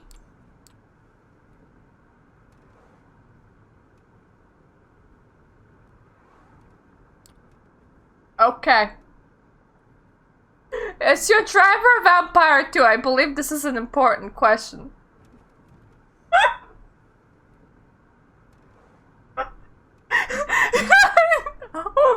To be fair, we're not even driving yet. I mean, we might be driving actually because the screen is sort of moving, but it's moving so slowly that he must not be pressing the gas pedal. It must be like a very, very gentle tap. Gregory here is not a vampire, but he is a loyal servant. I know the mirror! It's definitely pointing in the wrong direction right now. Gregory watches over me during the day hours. He literally sits at my bedside and stares. Gregory is not creepy at all. Sunbirds are kind, and that's why we take a rest when it rises. It's totally not because we outright pass out. I know. It's a magical mirror. It reflects whichever person it wants. Whichever person has the mirror charmed at that point is the one that the mirror reflects. I wonder if there's like charm battles between people and mirrors. Like you just go, mirror reflects me! And then somebody from a whole different scene goes, no, me! I have the fiercest stare in the house, roar! It's more akin to being dead than asleep, as I'm sure you have already experienced, or write the description, it just sounds like getting knocked out for surgery. Okay, we can't take showers. Religious symbols don't repel us. Unless the wielder is uniquely pure and godly, the religious symbol will judge. Okay, I actually have a bit of a problem with this. I know that this is World of Darkness rules, right? Religious symbols can be a lot of things. If you get into witchcraft or paganism, there's also patron deities, and not all patron deities are good deities. You can literally pray to gods of death. If you're holy in the eyes of a god of death, or a demon, does that work? If not, why not? Please write me essay on the topic as to how holy symbols work in your world, dear World of Darkness people, because this is the kind of thing that you have to think about. And yes, let's just hope that nobody ever needs to go in reverse. Okay, stakes through the heart though, that's something to avoid. They do not destroy, but they do paralyze us. Well, that's just another reason to have somebody like trusty old Gregory watching over me as I sleep, and that is not creepy at all. Not creepy at all.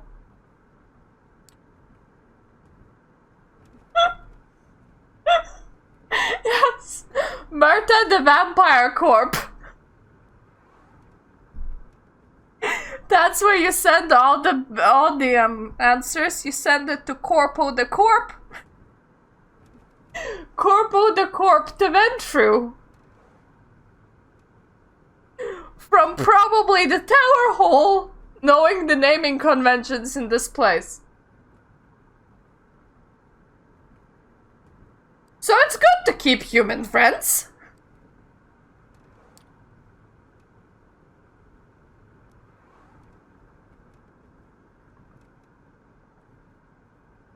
I might need more alcohol for this next sentence. In moderation. At best if they don't know your true nature, like Gregory over here, he just really likes staring at me sleep, believe it or not.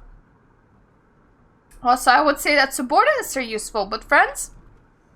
I haven't had one of those for many years now. And that is not sad. I am not sad. I have some coffee. Rophe, can you see at the speed that they're moving? Because I kinda can. And the speed is like less than 1 kilometer per hour. You can outwalk this car like 100 times over by now. Our little sect supplies social interactions aplenty, but it doesn't really encourage friendships. Alliances of convenience to be broken at a whim. Yes, that's more like it.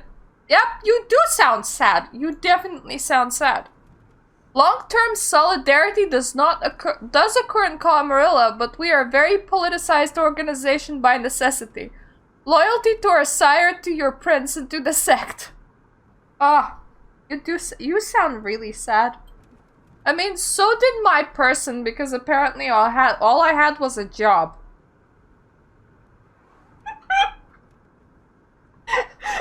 Well, Jade, this is a very empty street, not only like not only a long one, like there's no other cars.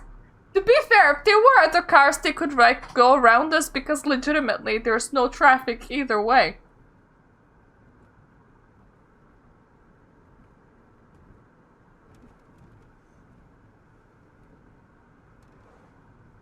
Friends must remain a distant priority at best for us. To maintain the masquerade and thrive as years pass. We're just really sad fucks, we are. With age comes authority. With it comes influence and power if you wish to reach for them.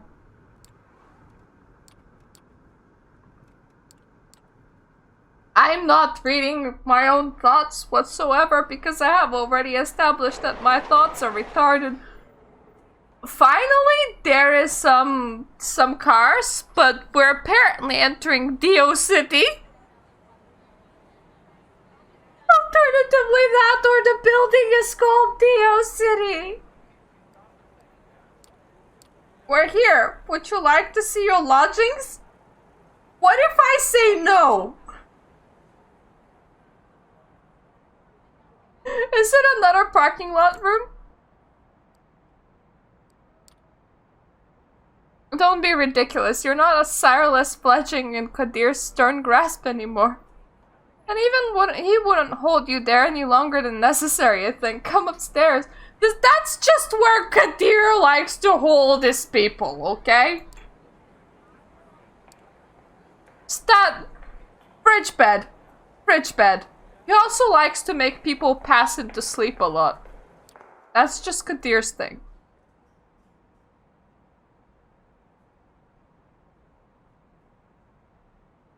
Okay, thick blinds on the windows it is.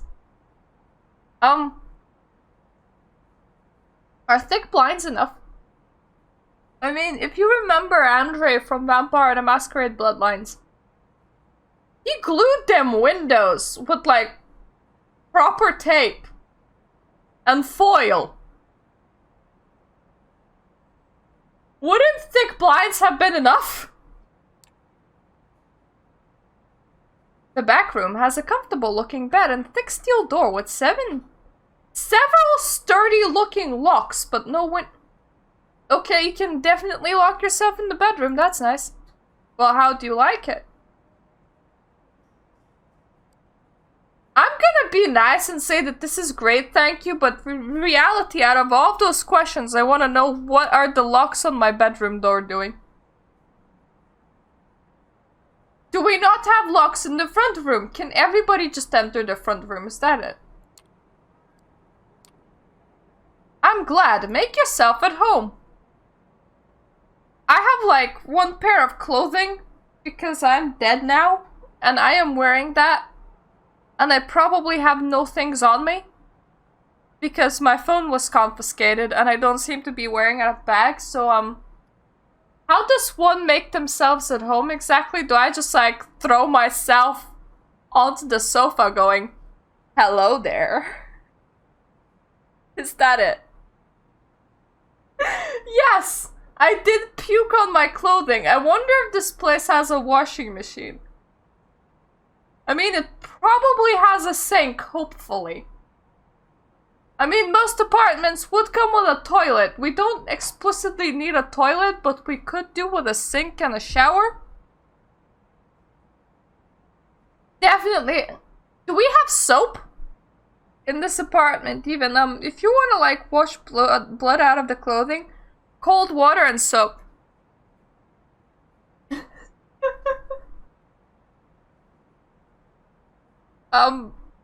Being a girl, I have way too many ways of actually. I have way too much. No, Rophe! In World of Darkness, vampires don't poop. But, I have way too much experience in washing blood from clothes. So, yeah. Cold water and soap. And that's what my grandma told me. And that's how I know. Tomorrow I will take you hunting and discuss the blood in more detail. Specifically the blood. Whole night we're just gonna be talking about blood. It's like our favorite subject.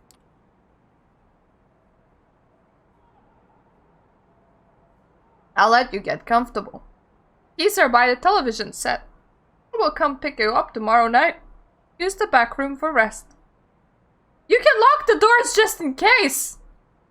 And that is what I've been wondering for quite a while now. Just in case what? It stings a bit when she leaves. It's like the room suddenly became a few shades dimmer. Yeah, just in case. Just in case she comes back and tries to stake you in the middle of the daytime. Just to prove a point. She didn't leave us any blood bags.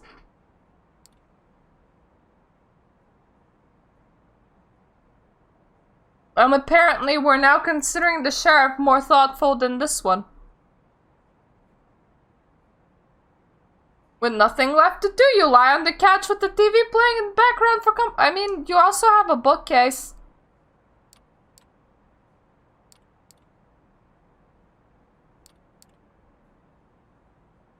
President of the United States got himself in and out of serious trouble again.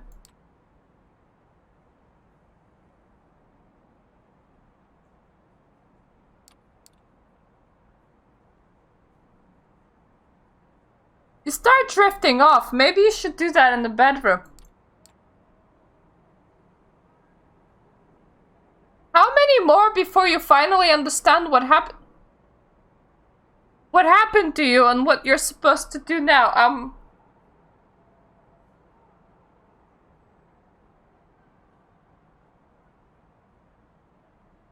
Okay, this is drunk Mirta talking, but if you're writing a World of Darkness thing, stop writing people like complete retards, okay?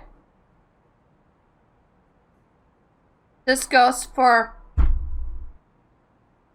Lily from Bloodlines. And whoever this girl is right now. Lily from Bloodlines did not eat, didn't have a heartbeat, and didn't breathe for 5 days straight and did not question it. Whatsoever.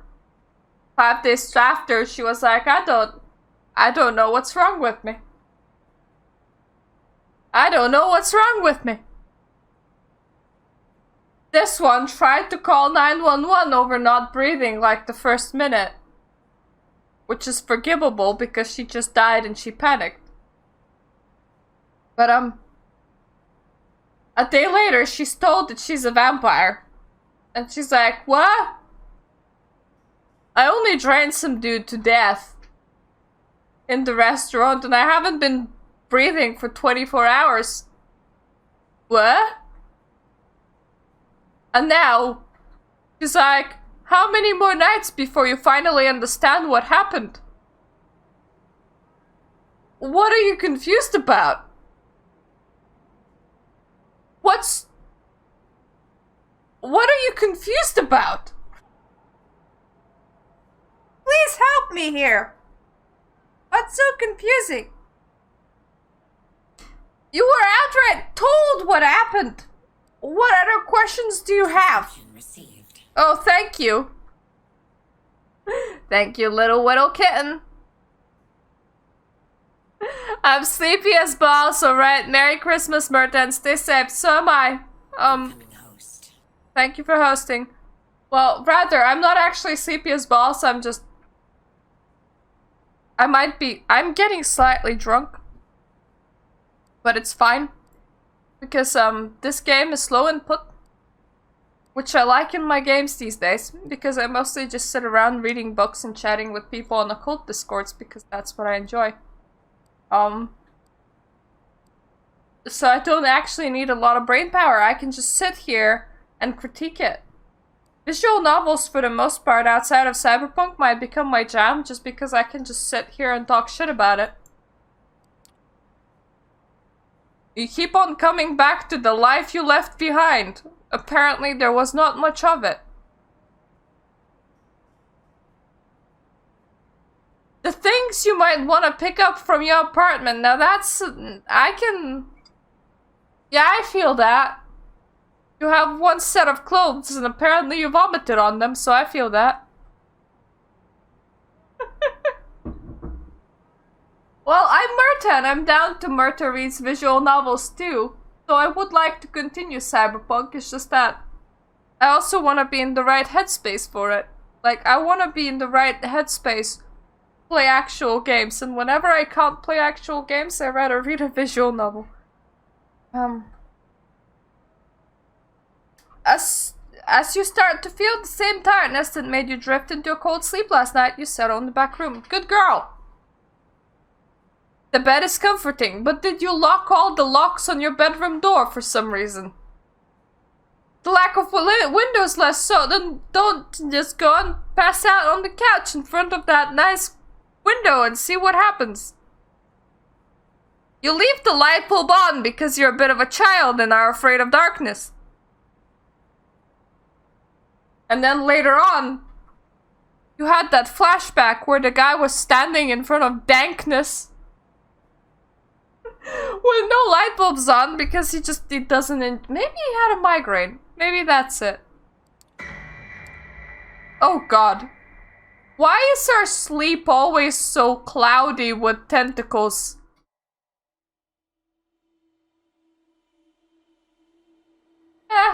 Oh, rest. I have a button to rest now. Okay. So we shouldn't overindulge in hunger, but we should eat.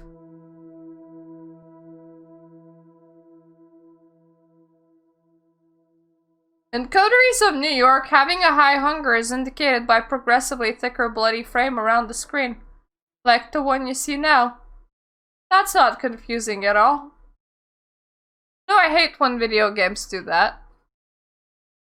Why do you need fucking obscuring my frame? Just put a bar somewhere. Give me a number. That's a lot easier to read. Okay, as hunger grows, so doesn't it? Can you, like, show me what minimum and maximum hunger looks like, please?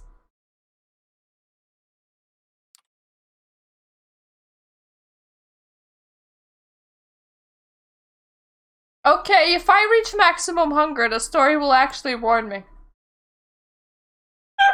Oh yes, I know. Like, whoopsie daisy. Strawberries coming out of my eyes right now. This is weird.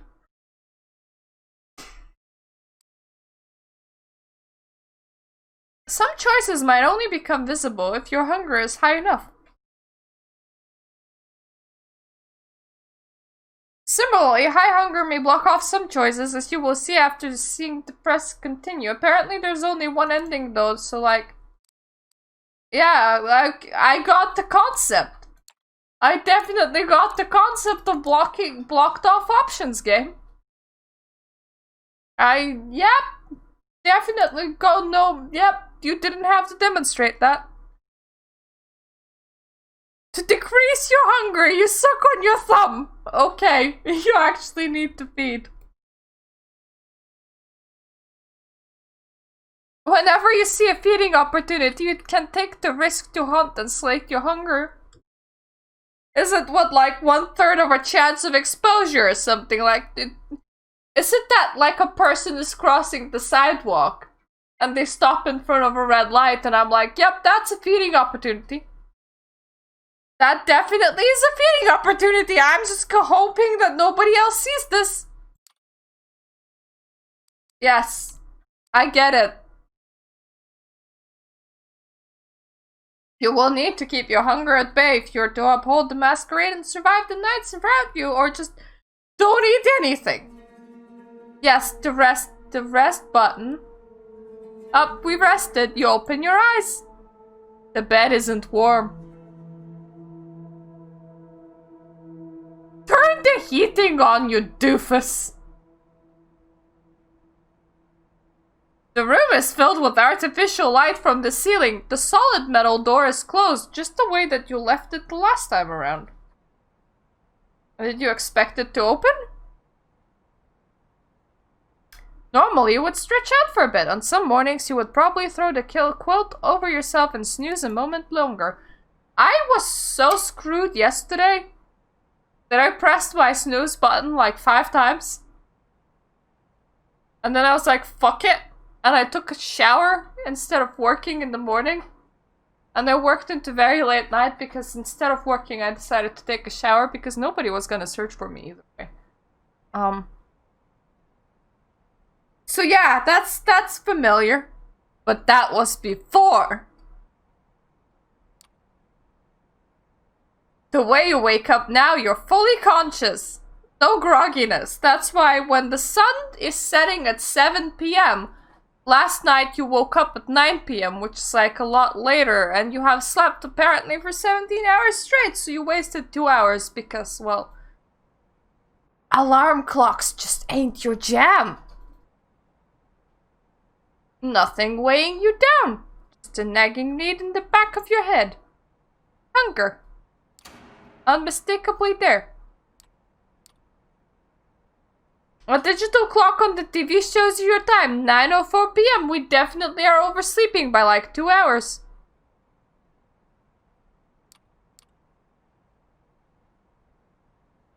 You missed the sunlight already. It set 2 hours ago, you sleepyhead.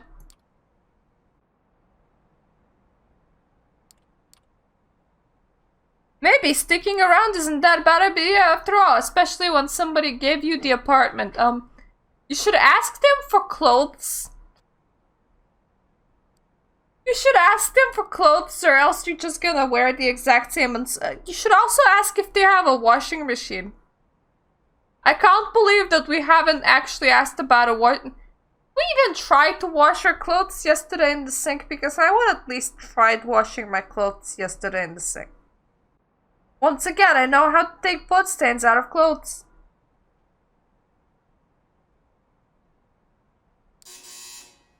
The doorbell rings. It's Sophie as you're trying to couch potato. Good evening, Corp! Slept well? Like a baby or like a dead man? Yeah, like a baby. What a delightful choice of words, so appropriate. A newborn kindred, lost and confused in the night.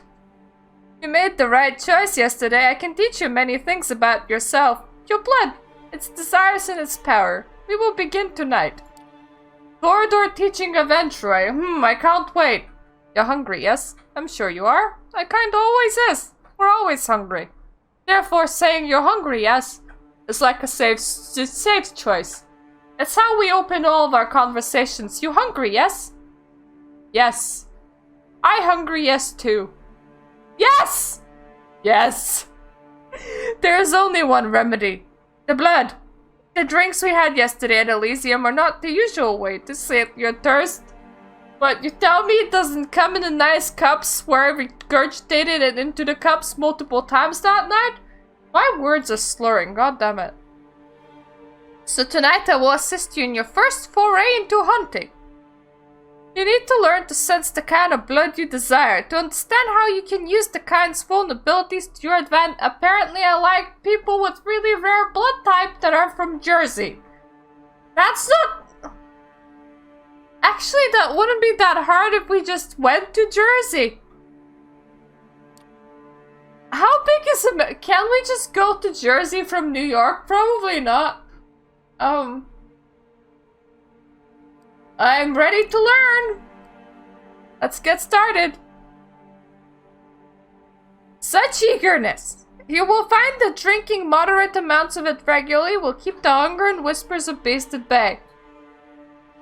I want to know what the hell is moderate amount. I do not just drink a moderate amount of whiskey, but that's whiskey. I drank quite a nice amount of whiskey, but once again, that's whiskey. I'm drinking more whiskey.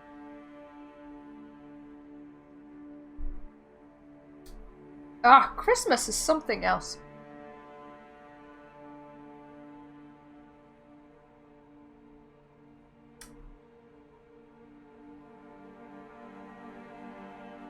Somebody that decided to invest heavily into a cult. I feel like I already had my Christmas. I had Yule.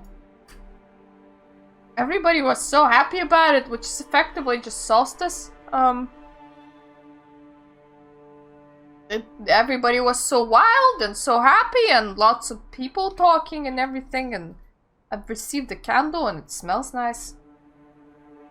Yeah. Where was it? Oh yeah, moderate amounts of whiskey. Yeah, drinks have different quantities that I would call moderate amounts. I kinda... Yesterday asked what amount of blood is enough, and you kinda told me that any amount of blood is enough effectively? So I kinda need to know what a moderate amount is, and nobody is explaining this to me. You might think yourself monstrous, but there's a balance to be found here. The kiss gives kind pleasure. You might remember this from your own embrace. Calling it a kiss... I mean, you can... if you wanna be gross. Just like smooch them and then bite your tongue. And then kiss would be accurate.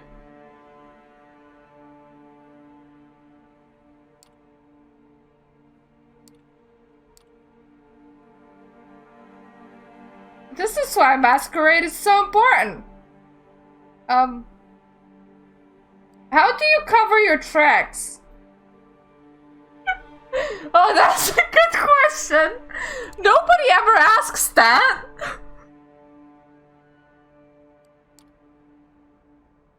You shouldn't concern yourself with leaving marks. Those are easy to conceal. You just need to bite carefully and then lick the punctures closed. That's all there is. What does biting carefully even mean? Jesus Christ! This explanation explains... Moderate amount of blood. In gulps. In liters, please. In any kind of measurement amount, okay? I know what 5 liters looks like because my cleaning bucket has a mark on it that says 5 liters. I know what 250 millimeters looks like because whenever you read cooking guides, it always says that about 250 millimeters is about 1 cup. This woman goes, moderate amount. And now she goes, you need to bite carefully. What does that... I mean, my length of teeth never differ from night to night. Don't bite major arteries? Don't bite hard to access places like, I don't know, the knuckles?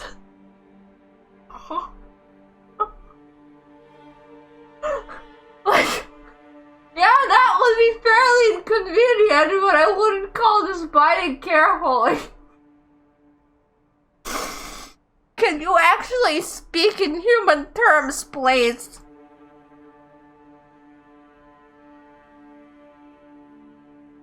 They can barely recall the details. They're just like, I met this person and I had an orgasm. That was weird.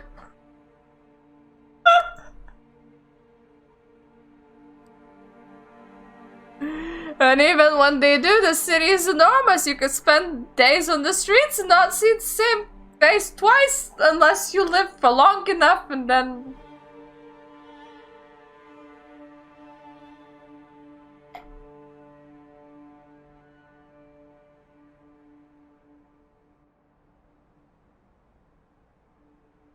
Okay, you must really need to live a long place now that I think about it. Like, let's say you bite 365 different people a year, still like 3 years until you hit 1,000. But what if you like frequenting a single place? There must be like a lot of people that like frequenting specific places. Like, I like frequenting my park. I'm one of the few people that go there in the middle of the night. And I'm gonna be one of the very few people that might actually enjoy frequenting an antique shop, because that sounds really cool. So, very specific people frequent very specific, even if you have your favorite club, right? There must not be that many people that like that favorite club. Unless, of course, we're once again feeding in front of stops, like lights. I'm actually quite drunk right now. The flashy lights that make the cars go past. Oh no, I'm swaying. Yep, the flashy lights that make the cars go past. Unless you're hunting in front of one of these. Otherwise, there must be places that you frequent, right? Feeding from the same area repeatedly can be dangerous, but by branching out, you risk the ire of other kindred on whose domains you trespass. Luckily for you, New York is more forgiving in this regard.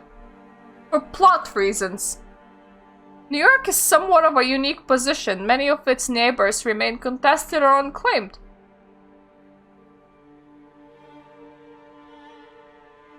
I'm sorry, what are New York's neighbors? I'm not American, so you may as well have told me that Happy Desert Place remains contested or unclaimed. Like, that doesn't ring a bell. The reason for this is a lesson for another time, but keep following in mind. Take opportunities to feed when they present themselves these upcoming nights. As long as you can hunt cautiously and respect the masquerade at all times, you should be fine. To wit, I want you to join me for a trip tonight. Come downstairs, Gregory is waiting for us.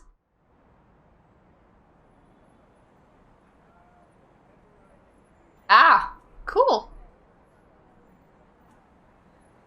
Once again, we're in Dio City.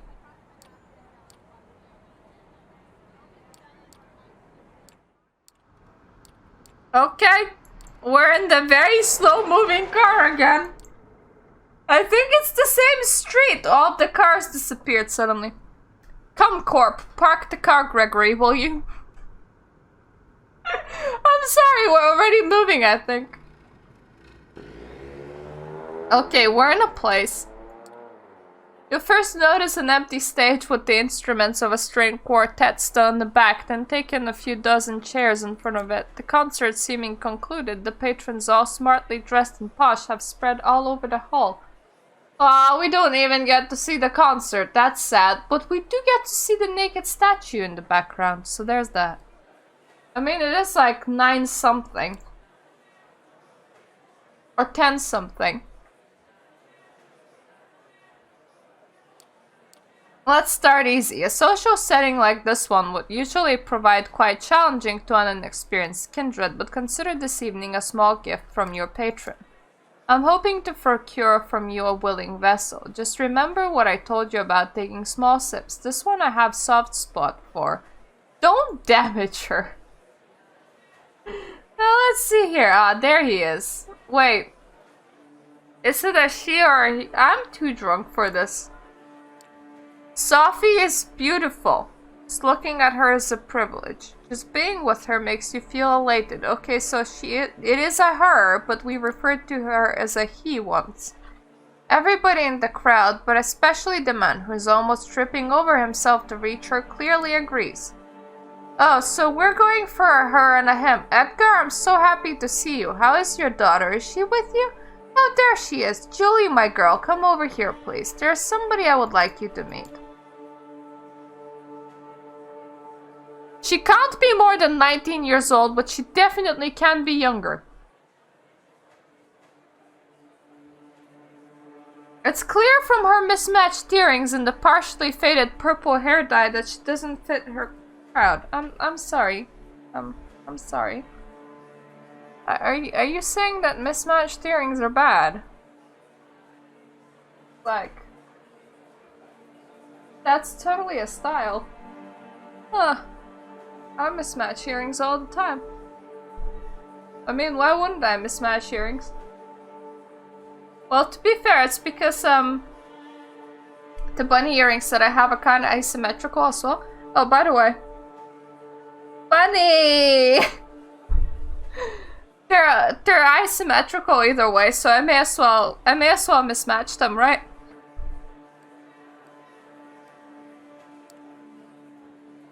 Julie, this is Corp. I think the two of you should get acquainted while I talk business with your dad. Awfully boring stuff, I assure you. I'm positive you will like each other. You reach a secluded space from which the entire lobby is visible. All eyes are on Sophie. They listen intently, then laugh when she does. Julie saves you the trouble of figuring out the next step. If you're with Sophie, then I guess you're, you know. Oh, that's how she looks. Jesus Christ, I'm wearing a bunny earring and she's wearing a bunny earring, but her bunny earring is a lot worse than mine. She's also wearing a tiny bow tie, which completely doesn't go with her other earring, which is a very low-hanging cross? Is it on a hoop? I mean, her ear would be finishing what, like, right here or so? How does... This is like some mirror magic shit again, man. What's with the tattoo? It's like space astronaut... Actually, space astronaut cats are rad, bro, so like, don't mind that. Don't mind that at all. Her choker could use some work. Not a fan of hearts.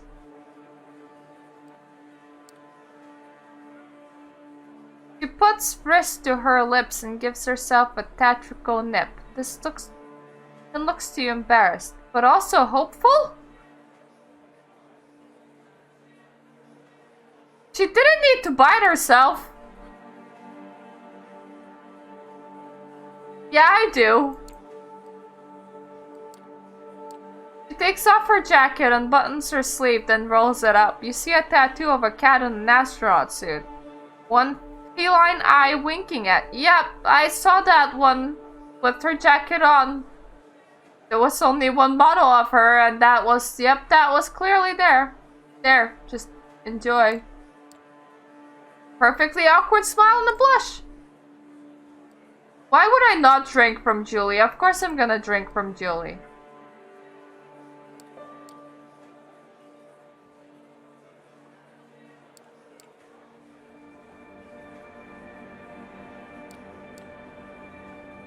Apparently this is not right.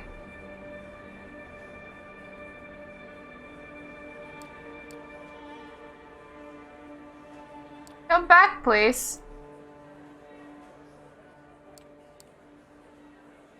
And she starts crying about the fact that you're not gonna come back and just murder her in cold blood. What a weird girl.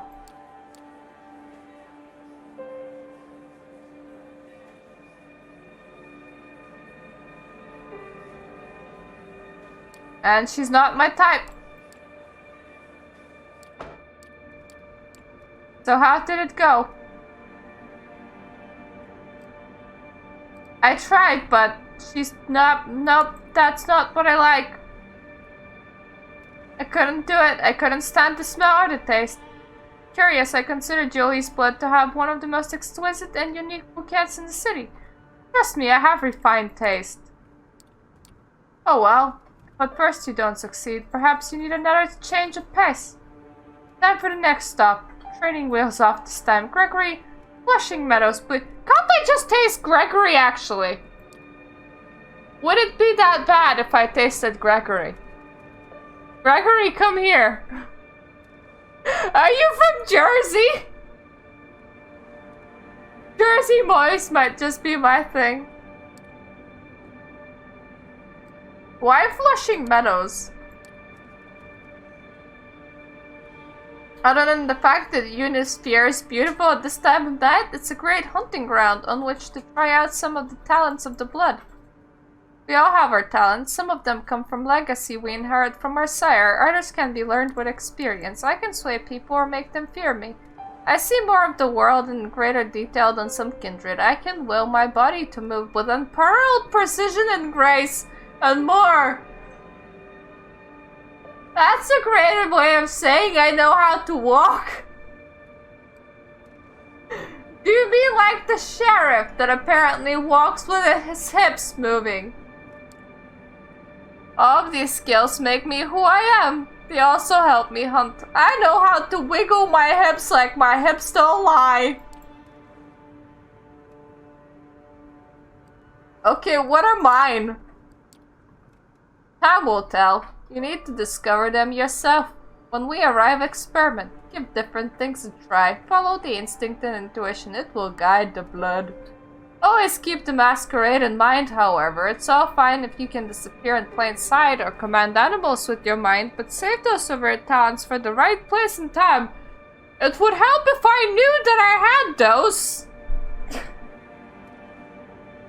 Do you just like one day get up and you're like, yep, I feel like I can command the bees.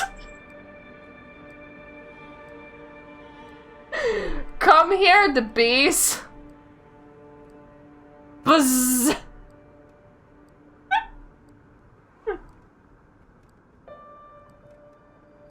I mean, I know that that's more of a gangrel thing, and this event room, obviously we can't, but still, yep, I find that funny. Yeah, if only it takes you half an hour to reach the park at this time of night. I suppose the streets are empty. I don't know how far the park and not the park is. That light is very ominous, though kind of pretty. I feel like having a snack myself. I'll be by the fountain. Go look for somebody to your liking. See what effects you can achieve with your blood, but only pick one victim, just one. Then come back. Don't come back with 5 people, please! Okay, I have a few choices. I am apparently trying to pick out the right spot and not the right person. I am planning to assault a stranger in the middle of the night. Oh, yes, I am.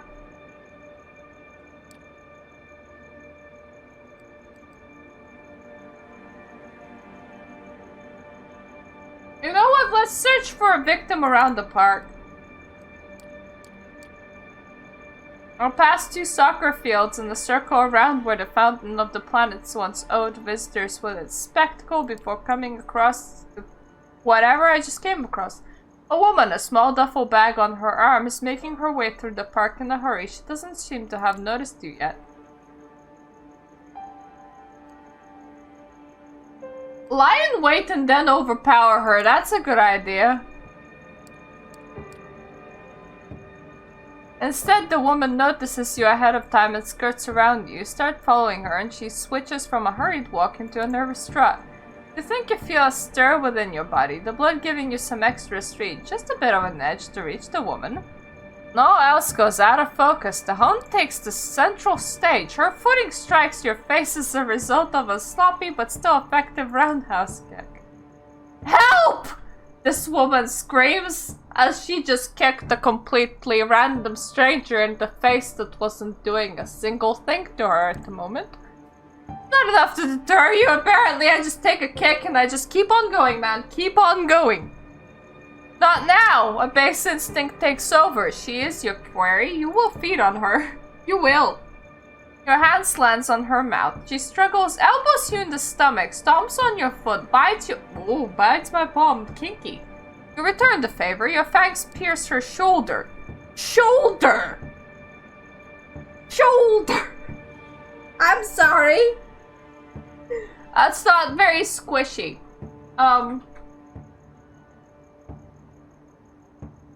Oh yeah, I'm definitely drunk by now. Shoulder even have good veins?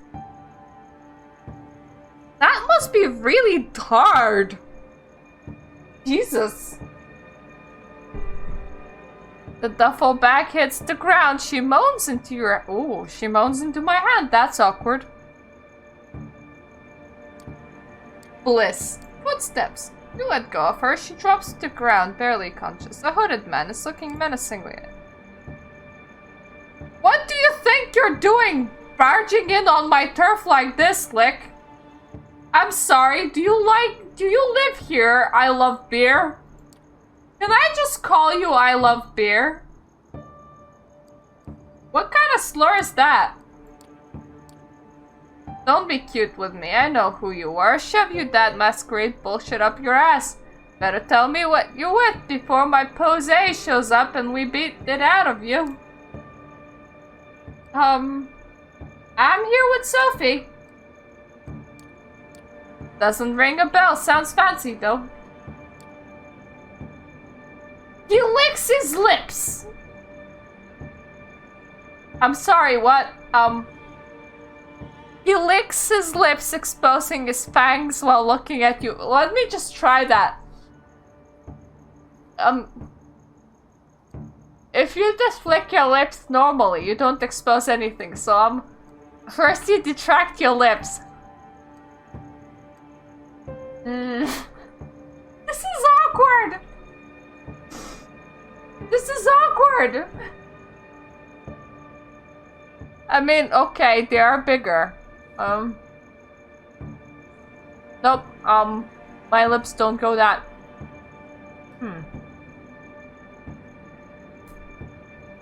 I should try wearing fake teeth sometime to try with that, but,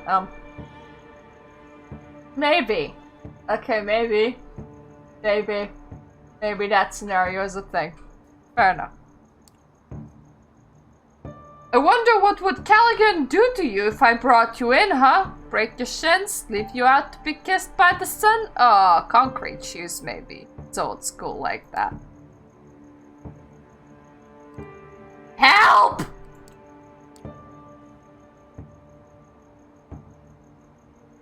Okay, he actually tries to bite me, which is interesting. And he's pretty weak.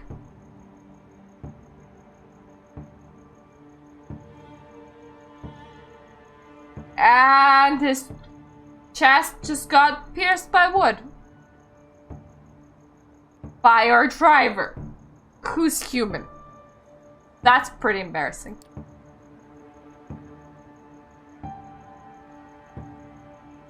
Okay. Okay, Miss Langley is waiting for us. Come before your snack wakes up, but we're just gonna leave this... We're just gonna leave this staked man in front of her. In front of my snack that's gonna wake up. We're just gonna leave him here.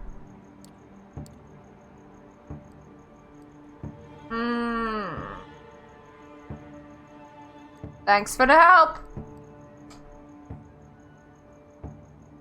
Hello, Mud Pixer. Don't even ask the question. The answer is yes. It's priced in. Think Amazon will beat the next earnings? That's already been priced in.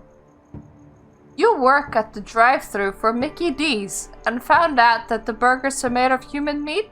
Priced in. You think insiders don't already know that? The market is all-powerful, all-encompassing being that knows that the very inner workings of your subconscious before you were even born. Your very existence was priced in decades ago, when the market was valuing. That seems very, very fitting for a Melancholy playthrough. But I am quite drunk, so keep that in mind when you ask me to read anything. Reading is actually words start. Yep. I need more alcohol. Definitely should get more. I mean, I still have a drop, but I drank all the whiskey practically, and my head's swaying. I'm swaying. This is a good way of spending Christmas. Yes, that was the word. Christmas. Miss Langley asked me to look out for you. She suspected you would get in trouble. She put me in direct trouble, so of course I got in trouble.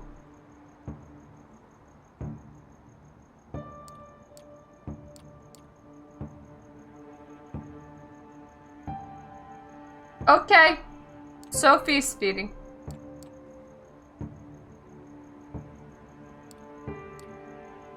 Now, what do we have here? Did this kindred give you trouble, Corp? Yes, but Gregory helped. So we got a staked kindred on our hands. He's not Camarilla. Corona Park hasn't been claimed by anyone I know of. Curious. Let's go to the car. We'll put him in the trunk and present him to Coteries tomorrow night. I'm sure he'll be delighted to make this hoodlum's acquaintance. You can't just leave somebody in the car. The car might be too exposed to... I suppose they parked the car inside a non-sunlight location, so never mind that the hood of the car as well. It might be okay.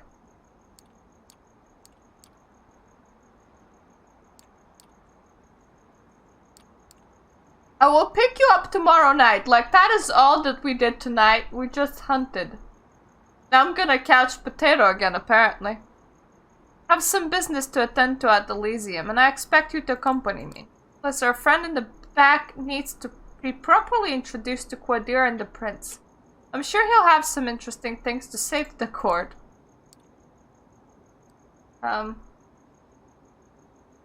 What's going to happen to him? I know that that's like completely pointless question. He's probably gonna get executed. So hello, Mudpixer, that's a long message. I don't want a lot for Christmas. There is just one thing I need. I don't care about the presents underneath the Christmas tree. I just want you for my own. More than you could ever know. Make my wish come true. All I want for Christmas is you! And I do know the song, but I'm too drunk to sing it. Yeah, I don't want a lot for Christmas. There's just one thing I need. And I don't care about the presents underneath the Christmas tree. I don't need to hang my stocking. No. That goes with my dick. There upon the fireplace, Santa Claus won't make me happy with a toy on Christmas Day. I just want for Christmas is you. Yeah, that sentence. That's a sentence. I need to sit up straight. I need to at the very least not look drunk. I am drunk.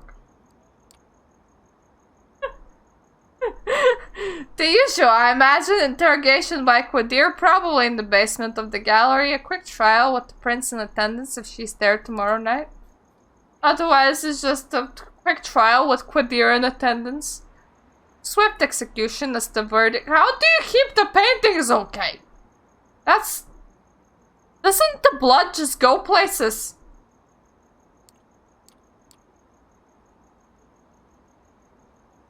Haven't told me how your hunting went. Getting the hang of it, I hope?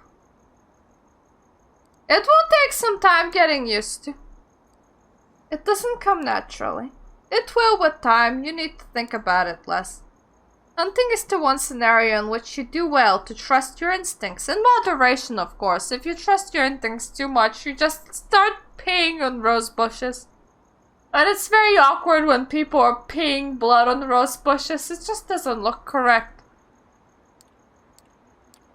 We will pick you up tomorrow evening. Good night. You just couch potato because you literally have nothing else to do. It can't be that late even. Your haven is just as you left it hours ago, although the sun won't come up for quite some time. Yes. You feel tired. Okay, you sleep a lot of your time. You sleep a lot of your time. You're not in the mood for television. The few books on the shelves in the apartment are either in languages you don't speak or sound like a boring read. You might not have the brains. Nothing left to do but rest. You literally are trying to sleep 22 hours of the day. Are you sure you don't have depression? Even I don't sleep that much.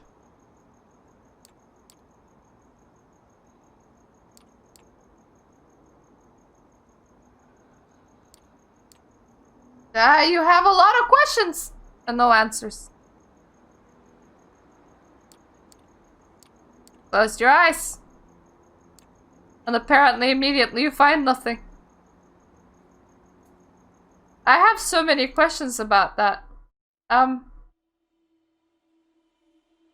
If falling asleep is a bit like death and it's not necessarily influenced by sunrise, does that mean that if you close your eyes for too long you can just fall asleep anywhere?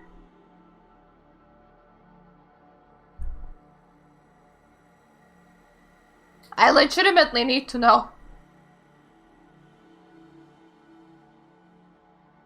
Okay, we can't use cups correctly anymore, that's fine. I pressed cup against my face and I was likewise no liquid coming out. That's because Mirta is drunk. Mirta is very drunk and it's actually getting hard to read by now. And I am running out of alcohol and the Christmas is just starting and that's just not right. Alright, the light. You grasp for the switch, flip it. The familiar cramped room with steel door and no windows comes into view.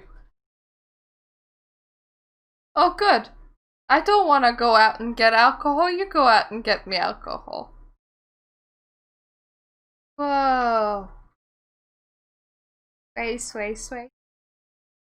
I like scotch, but I also like Baileys. And it is Christmas. I will be streaming again in the evening, though I don't know if it's Cyberpunk or this. One of these. One of these. I mean, this is only 10 hours long-ish. Depending how fast I read and how drunk I get. Definitely better with alcohol, this. Definitely is. It's like reading some slightly bad fanfiction. The thing is, she needed a light switch. Okay, the place has no windows. Fair enough. Your vision inside the dark is not that bad. It's like saying, if you switch the lights off and you woke up and it's a dark room, you should in theory still be able to kinda see. You shouldn't be like, uh-oh, there's literally no light, I am blind. That's not a thing that happens to normal people. Maybe we were just not very light sensitive. As time, however, Sophie is waiting for you comfortably seated on the sofa in the living room space, a book in her hand, The Melancholy of Resistance, title sure on brand. We sleep a lot more than other people, considering that the sun set apparently 7 PM and it's 9 PM now. Yeah, my noticing was right. I suppose we're slightly depressed and all we do with our time is sleep. We really like sleep.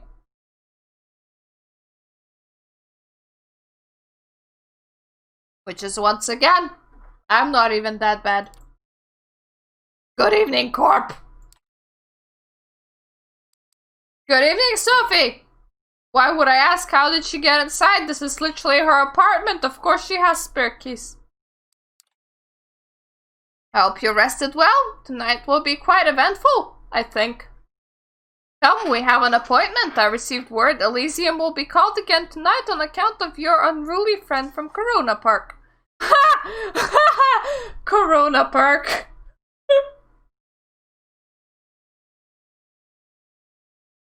How did I miss that?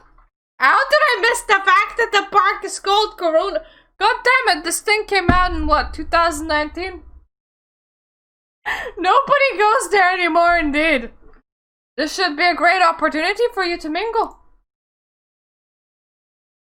The thing is, developers sometimes actually look through these categories, and not a lot of people are playing this game, so eventually, somebody is just gonna see this insanity of like an ever more drunken Mirta trying to read through a visual novel, which will probably be absolutely amazing.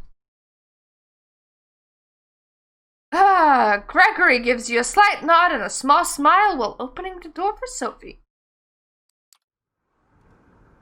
Most of the Primogen Council is bound to be there. At least those who usually attend. Probably some other important personalities you would do well to at least learn about. So what you're telling me is that the prince has like a full Primogen Council, okay? And Primogen Council is one elder representing each clan. But only some of them attend usually.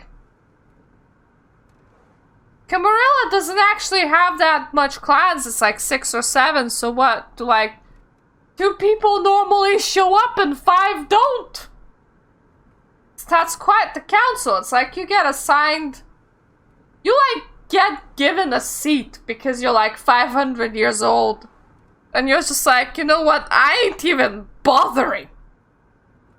I'm not even bothering. I'm gonna just enjoy my title. I don't actually need to be there.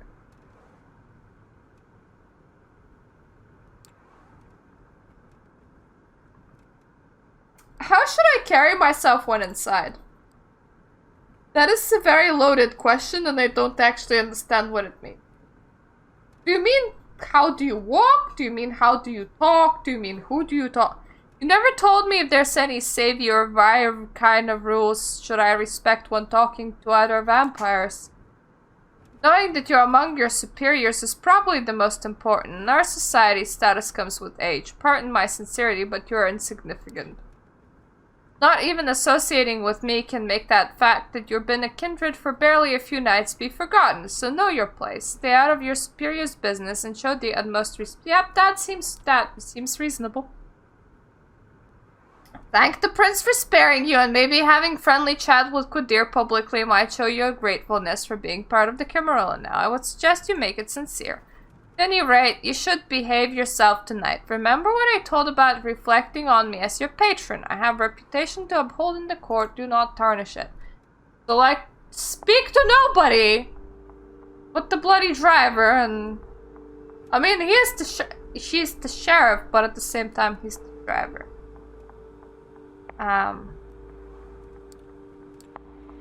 Apparently we're like, oh, it's clear that she's only interested in her own interests.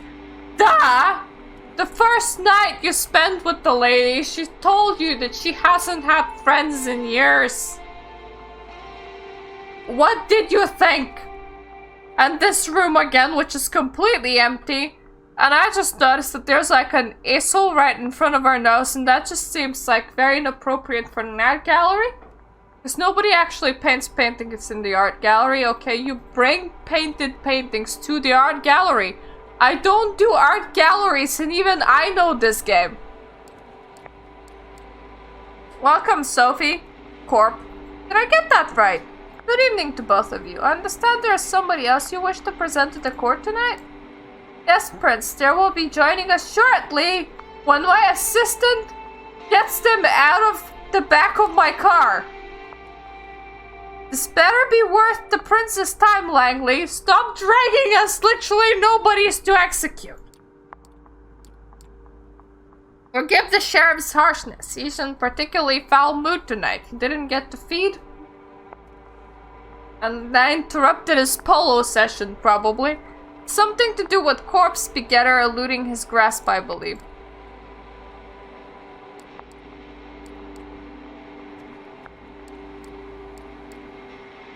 Okay, lots of thoughts pass her head. Oh fuck, oh shit, oh no, come on, don't. Silence!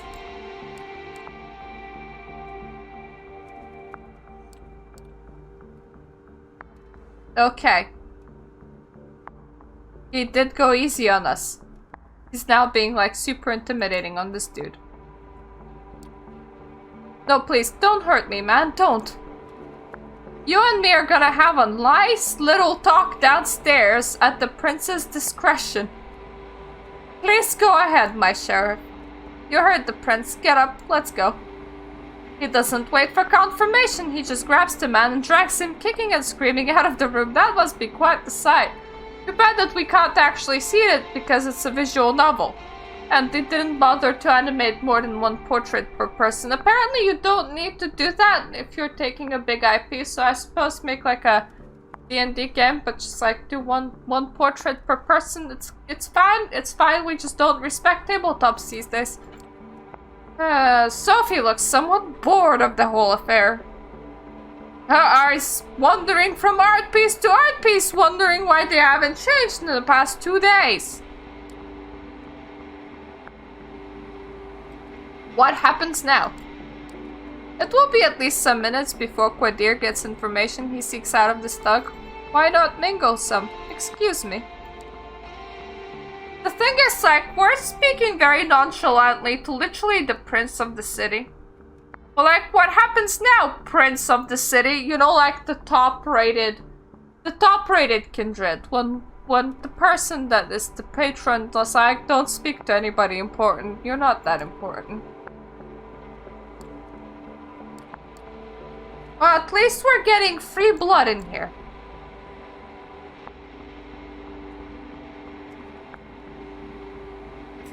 My tongue is numb. That's an interesting sensation.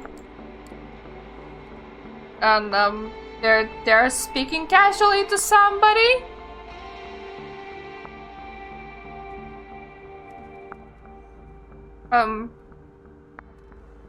Some man is talking to somebody.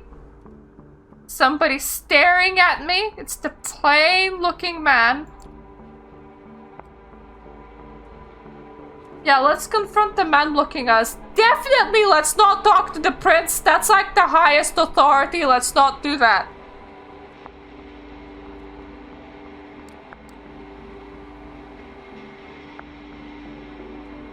Okay, this guy looks shy, but he got like an entire corner of the room to himself. I mean, the room has 4 corners, and there's probably more than 4 people in this room, so that must be quite the achievement. Good evening, mister? Larson, or you can call me Robert. Either one is fine. Okay, so that's a first name and a last name.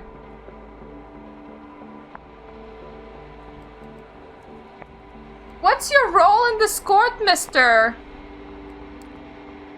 Now that's a loaded question. I'm one of Princess Panher's primogen.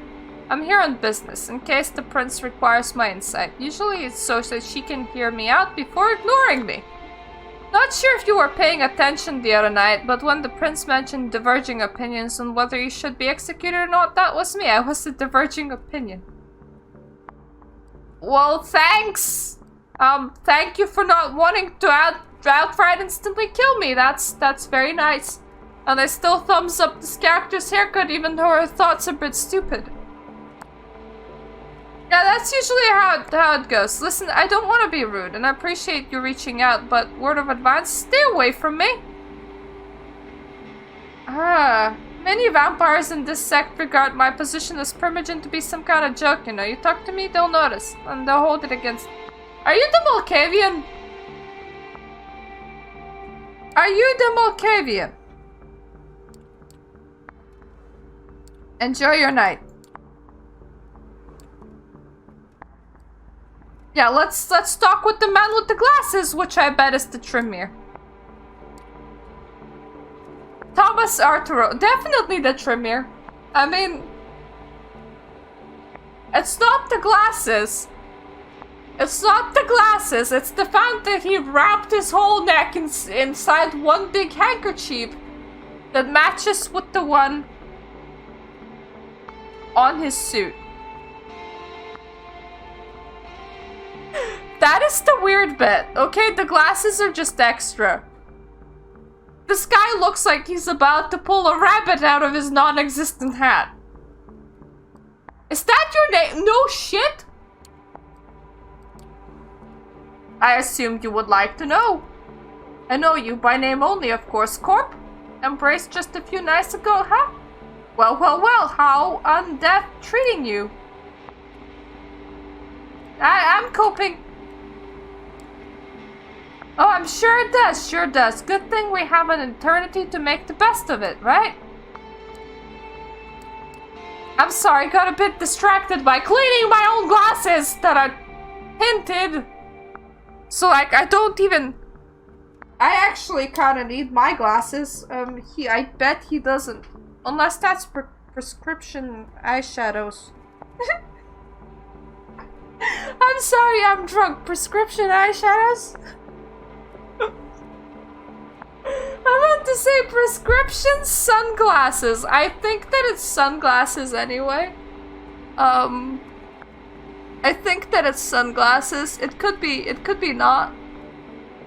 It could definitely not be sunglasses. Oh god, I'm really drunk and there's like 9 people watching me, so this is a great night. That is to say that is a lot, not a little. So like the opposite of what some people thought. It's just I'm not used to 9 people watching me being drunk. We're all friends here, hurrah! I'm sorry, got a bit distracted. You know, most of us don't need to wear these, right? I can just see fine without them, but it's a sentiment. Oh, it's a statement. It's a statement! Once again. Dude. You're wearing, like, shaded glasses. So thank you for answering my question of whether or not Kindred actually need to wear them, because, from what I heard from other people, your visions don't, like, improve. Is it to look smart? Are you wearing empty frames to look smart? Damn things keep catching specks of dust and other assorted shit, though. Never stay clean for long. Sometimes I think they're more trouble than they're worth, wouldn't you say?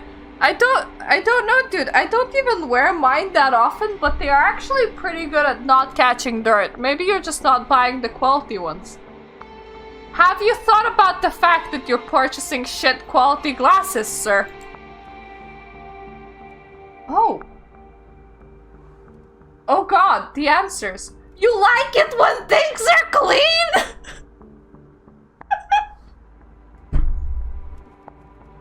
Well, I'm the conversationalist and a half here. I'm like, so you like clean things, eh? Well, let me just tell you something. I haven't cleaned my outfit for 3 days and I have stained blood on it. I'm assuming that my apartment has no washing machine, and I haven't been stated going to the bathroom trying to clean things, which you can with cold water, by the way. So I'm just gonna assume that I'm still wearing bloodstains all over my outfit. No. I'm gonna compliment this dude because everybody likes compliments. So Mr. Handkerchief Man, who wrapped... I swear you double wrapped a handkerchief around your neck, and what's up with that? Because don't tell me that you're wearing a turtleneck underneath the shirt. You don't do that. You must have double wrapped a handkerchief because it's not that big. And you're wearing one in the pocket. So Mr. Handkerchief Man, which is the primary thing that anybody should ever point out about your character at any point, they do look good on you. I would get rid of the handkerchief. You bet they do. Alright, that was a nice chat, but I have to catch up with a few other fellows tonight. Talk to you later, Ginny. Hey, Ginny.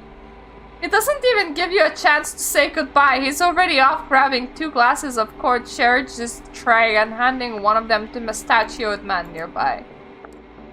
Okay. The vampire that threatened you last night is a mess. That stupid hat is still inexplicably on his head, covering some of his ruined face in welcome shadow. He's barely conscious. Well, Quadir, did our guest cooperate? Because if he cooperates, he looks like he's a very cooperated mess. Tell the prince your name. It's Howard. And who do you run with, Howard? The Midnighters. An anarch coterie, my prince, active for some time now, though from what he told me, the name is about only legacy the group has kept over the years because everybody keeps on dying. I see. Hey, prince, I didn't mean it. I didn't know. I didn't... Oof. Ah! His jaws got dislocated. This one is guilty of threatening a member of Camarilla and claiming a domain without the prince's approval. That alone would be enough to pass swift judgment, but he is also an anarch scum. Does it say I love boobs? There can only be one verdict. Final death. Do your duty, sheriff. Unless, of course, somebody would like to play at being a good Samaritan like our dear Miss Langley a few nights ago.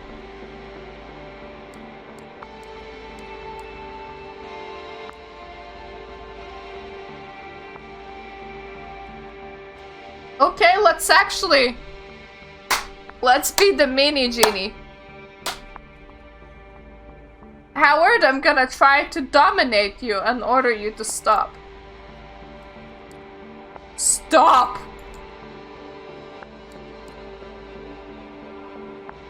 A swift slash separates his head from his shoulders. The body slumps to the ground and starts decomposing in front of your eyes. The sheriff's sword in hand gives you a nasty smile from behind where Howard used to stand. From the pictures that I saw of this game, you can actually, like, keep Howard and make friends, but we're like, nope, friends are for losers, we're Camarilla scum. Well, Corp, your eagerness is laudable if unnecessary. That Howard fellow couldn't have hoped to escape his fate, not facing Quadir's expertise. However, I have made a note of this show of loyalty on both your and your patrons' accounts.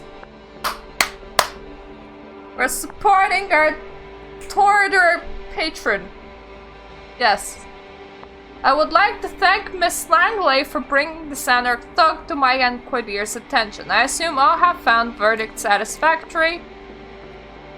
Nobody needs to answer. Then I consider tonight's meeting conclude. Thank you, because that music was starting to overpower my thoughts. Good night to all of you. Thank you for switching the radio off. Please don't ever turn it back on. And let's leave. Sophie seems to be conversing with somebody, a serious-looking man in trench coat, about what transpired. You probably can still have enough time to speak to somebody. Oh no, it's fine, Rophe. Yesterday I went to sleep quite early and I woke up at 2 p.m. today. You see, I got 2 days off for Christmas, and then I'm gonna have another 2 days off for New Year's, and that's like... thumbs up. I can't take days off, I'm just not paid for it. Right? These ones I'm actually paid for. Despite the fact that I'm a contractor, because my bosses are nice. I mean, I earn really little money, but it's still, it's not something that they have to do, so it's nice.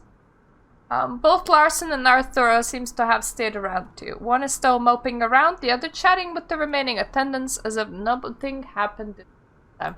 I have like a book to finish on my computer, and it's about vampire mythology, and I'm only like halfway through, because I'm in a couple of cult servers, and that book's wild, by the way. You have no idea on how many mythos you can stop a vampire by making them count something. Apparently they're just obsessed with math, and that's fine.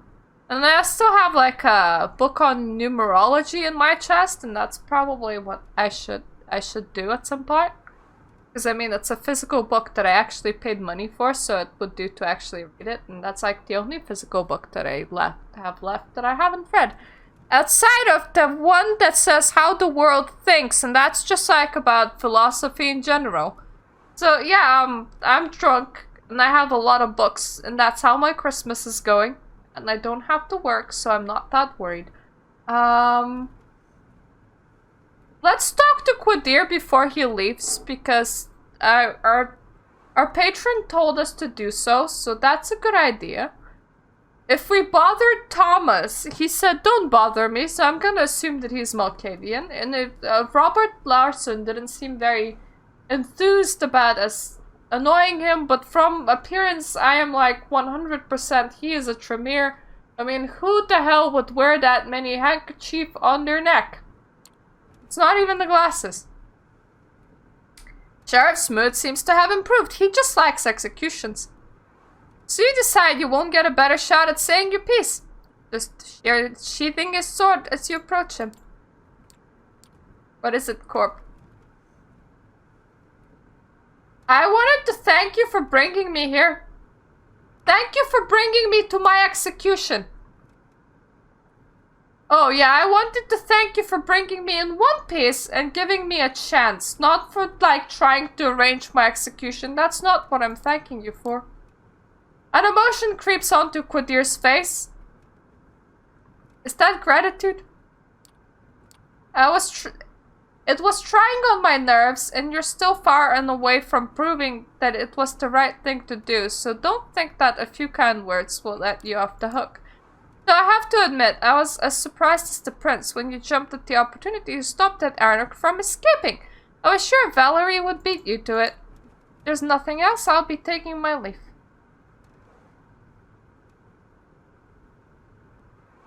Jesus Christ, I would actually rather let this guy leave than ask any of these questions, for they all seem like a very bad idea. Why are you so mean? Good night, fledgling. And watch yourself. You messed up my batting average, so I'll be sure to keep a close eye on you. Okay, he still threatened me. I thanked him and he still threatened me. What a man. What a gangrelly man. Yes. Interesting evening, wasn't it? I love my executions. We do them every Wednesday. Come, Gregory is waiting downstairs. Well, apparently, she didn't mind this execution. Okay, we arrive at another building. So, we're actually having an eventful night tonight. Please have a seat. I shall be right with you. This is apparently the apartment that she lives in. And I'm not hungry at all, which is nice. Apologies, old habits die hard. Clearly some stick with you even after your death. I want to know how many things can even use that sentence. Like, wraiths, ghosts. Ghosts with, yep, ghosts. She drags on her cigarette and breathes out. Breathes. How is she doing that? Can you do that? I'm sorry. I'm sorry, my dear undead. What kind of question in writing is this? If you're trying to speak, you do need to breathe in at some point. Like I pointed out in Bloodlines. It would actually be quite awkward when people are trying to have a conversation with you, because like right now I'm trying to mimic not breathing by only breathing in when I run out of air to speak. So I have run out of air to speak. I need to breathe in to continue speaking, because otherwise you expel all the air from your lungs, as your lungs aren't porous and they're not just like getting the air in. You actually need to mechanically get the air in even if you don't need it for breathing. So you have to breathe in every single time when you're trying to speak, which means the mechanism would be the exact same thing for smoking a cigarette. Do I make myself clear? I hope that I do, because I ain't gonna repeat that. Oh yes, you might not know. It takes some practice, but you can keep smoking if you like. Other things do. Experiment, you might surprise yourself. Practice. Help me. I'm sorry, breathing in is not that difficult, even when you don't actually physically need to breathe. Apparently also smells wafted into your nostrils, which is absolutely impossible if you're holding your breath still. Wind doesn't come in because your lungs shouldn't be completely depleted. If your lungs are completely deflated, you can't actually speak. Which part of breathing mechanism do I need to explain to World of Darkness people? I am very curious. But I did not bring you here to show off. That's okay. Because your wallpaper's definitely outdated, but I do like naked people on the wall. This is where Rusty's nice. That door at the back, that's the bedroom, similar to yours. I have servants and bodyguards in addition, of course. I brought you here because I need you to trust me. When I told you before that I needed your best behavior to uphold my good standing with the court, I meant it, but that's not the whole story.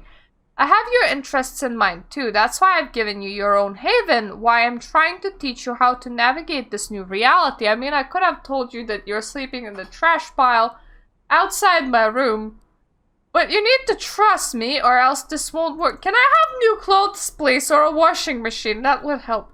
You can come here whenever you feel like asking me something, when you're in trouble too, though I hope that won't happen often. I would ask you to come here when you wake up tomorrow. I have something to discuss with you. Okay, I will be here. I will come over first thing tomorrow night. Apparently I'm a very tight sleeper and that might be late in the evening, so don't mind me. I appreciate that. She appreciates it. Good. There's definitely something on her mind, but she doesn't want to share it. Come downstairs with me and I'll give you a lift. If she didn't give me a lift, does that mean that I would foot pedal for like eternity because I have no money on me and no way to take a bus? Probably yes. Probably yes it does. Ah. You sink into your sleep with a sliver of hope that somebody's gonna explain something to you the next night. This will be like the third night that you're awake and you already executed a dude, so yeah. That's fun. My fingers kind of look short and stubby. Or maybe not. I think that's the drunkenness. Yeah. It's kind of long if I just hold one, but if I like hold multiple, my eyes go, short fingers. But yes, we have buttons for resting, for log,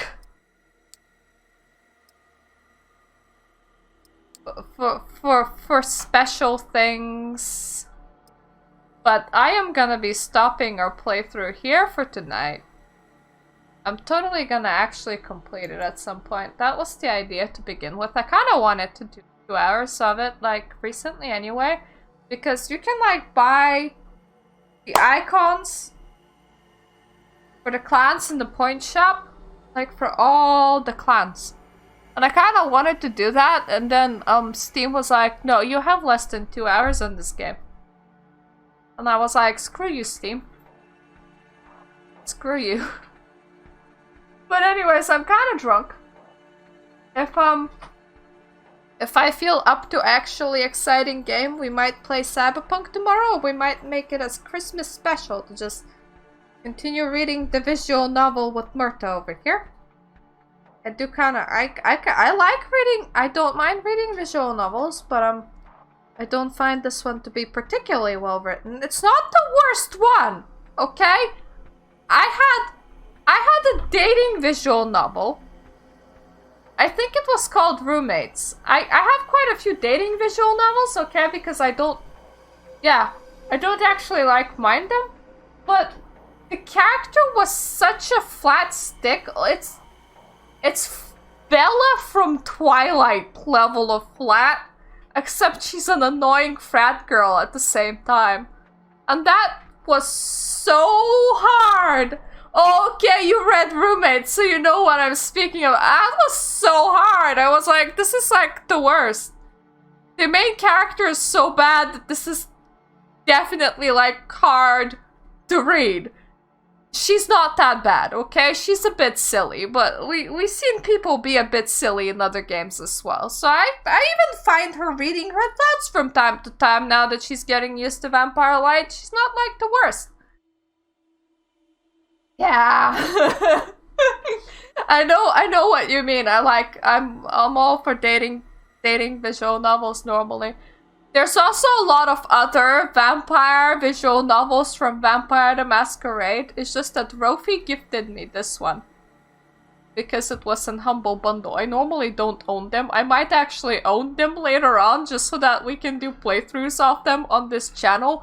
Each one of them seem to only have like one ending, so we only really need one playthrough per visual novel. Yeah, I saw Night Road. Rophe was being nice. He gifted me games that he thought I would enjoy. That's what Rophe does. Rophe's a good boy. But yeah. Thank you for watching. And we're gonna drink through this again at some point. Tomorrow it's either this or Cyberpunk. But yeah, I hit my microphone. I do plan on streaming something because I have holiday time right now, so it's like the best time for this. So thank you for joining me at 4 AM in the morning that night, and I hope you all have very, very happy holidays because holidays are awesome, yo. Night night.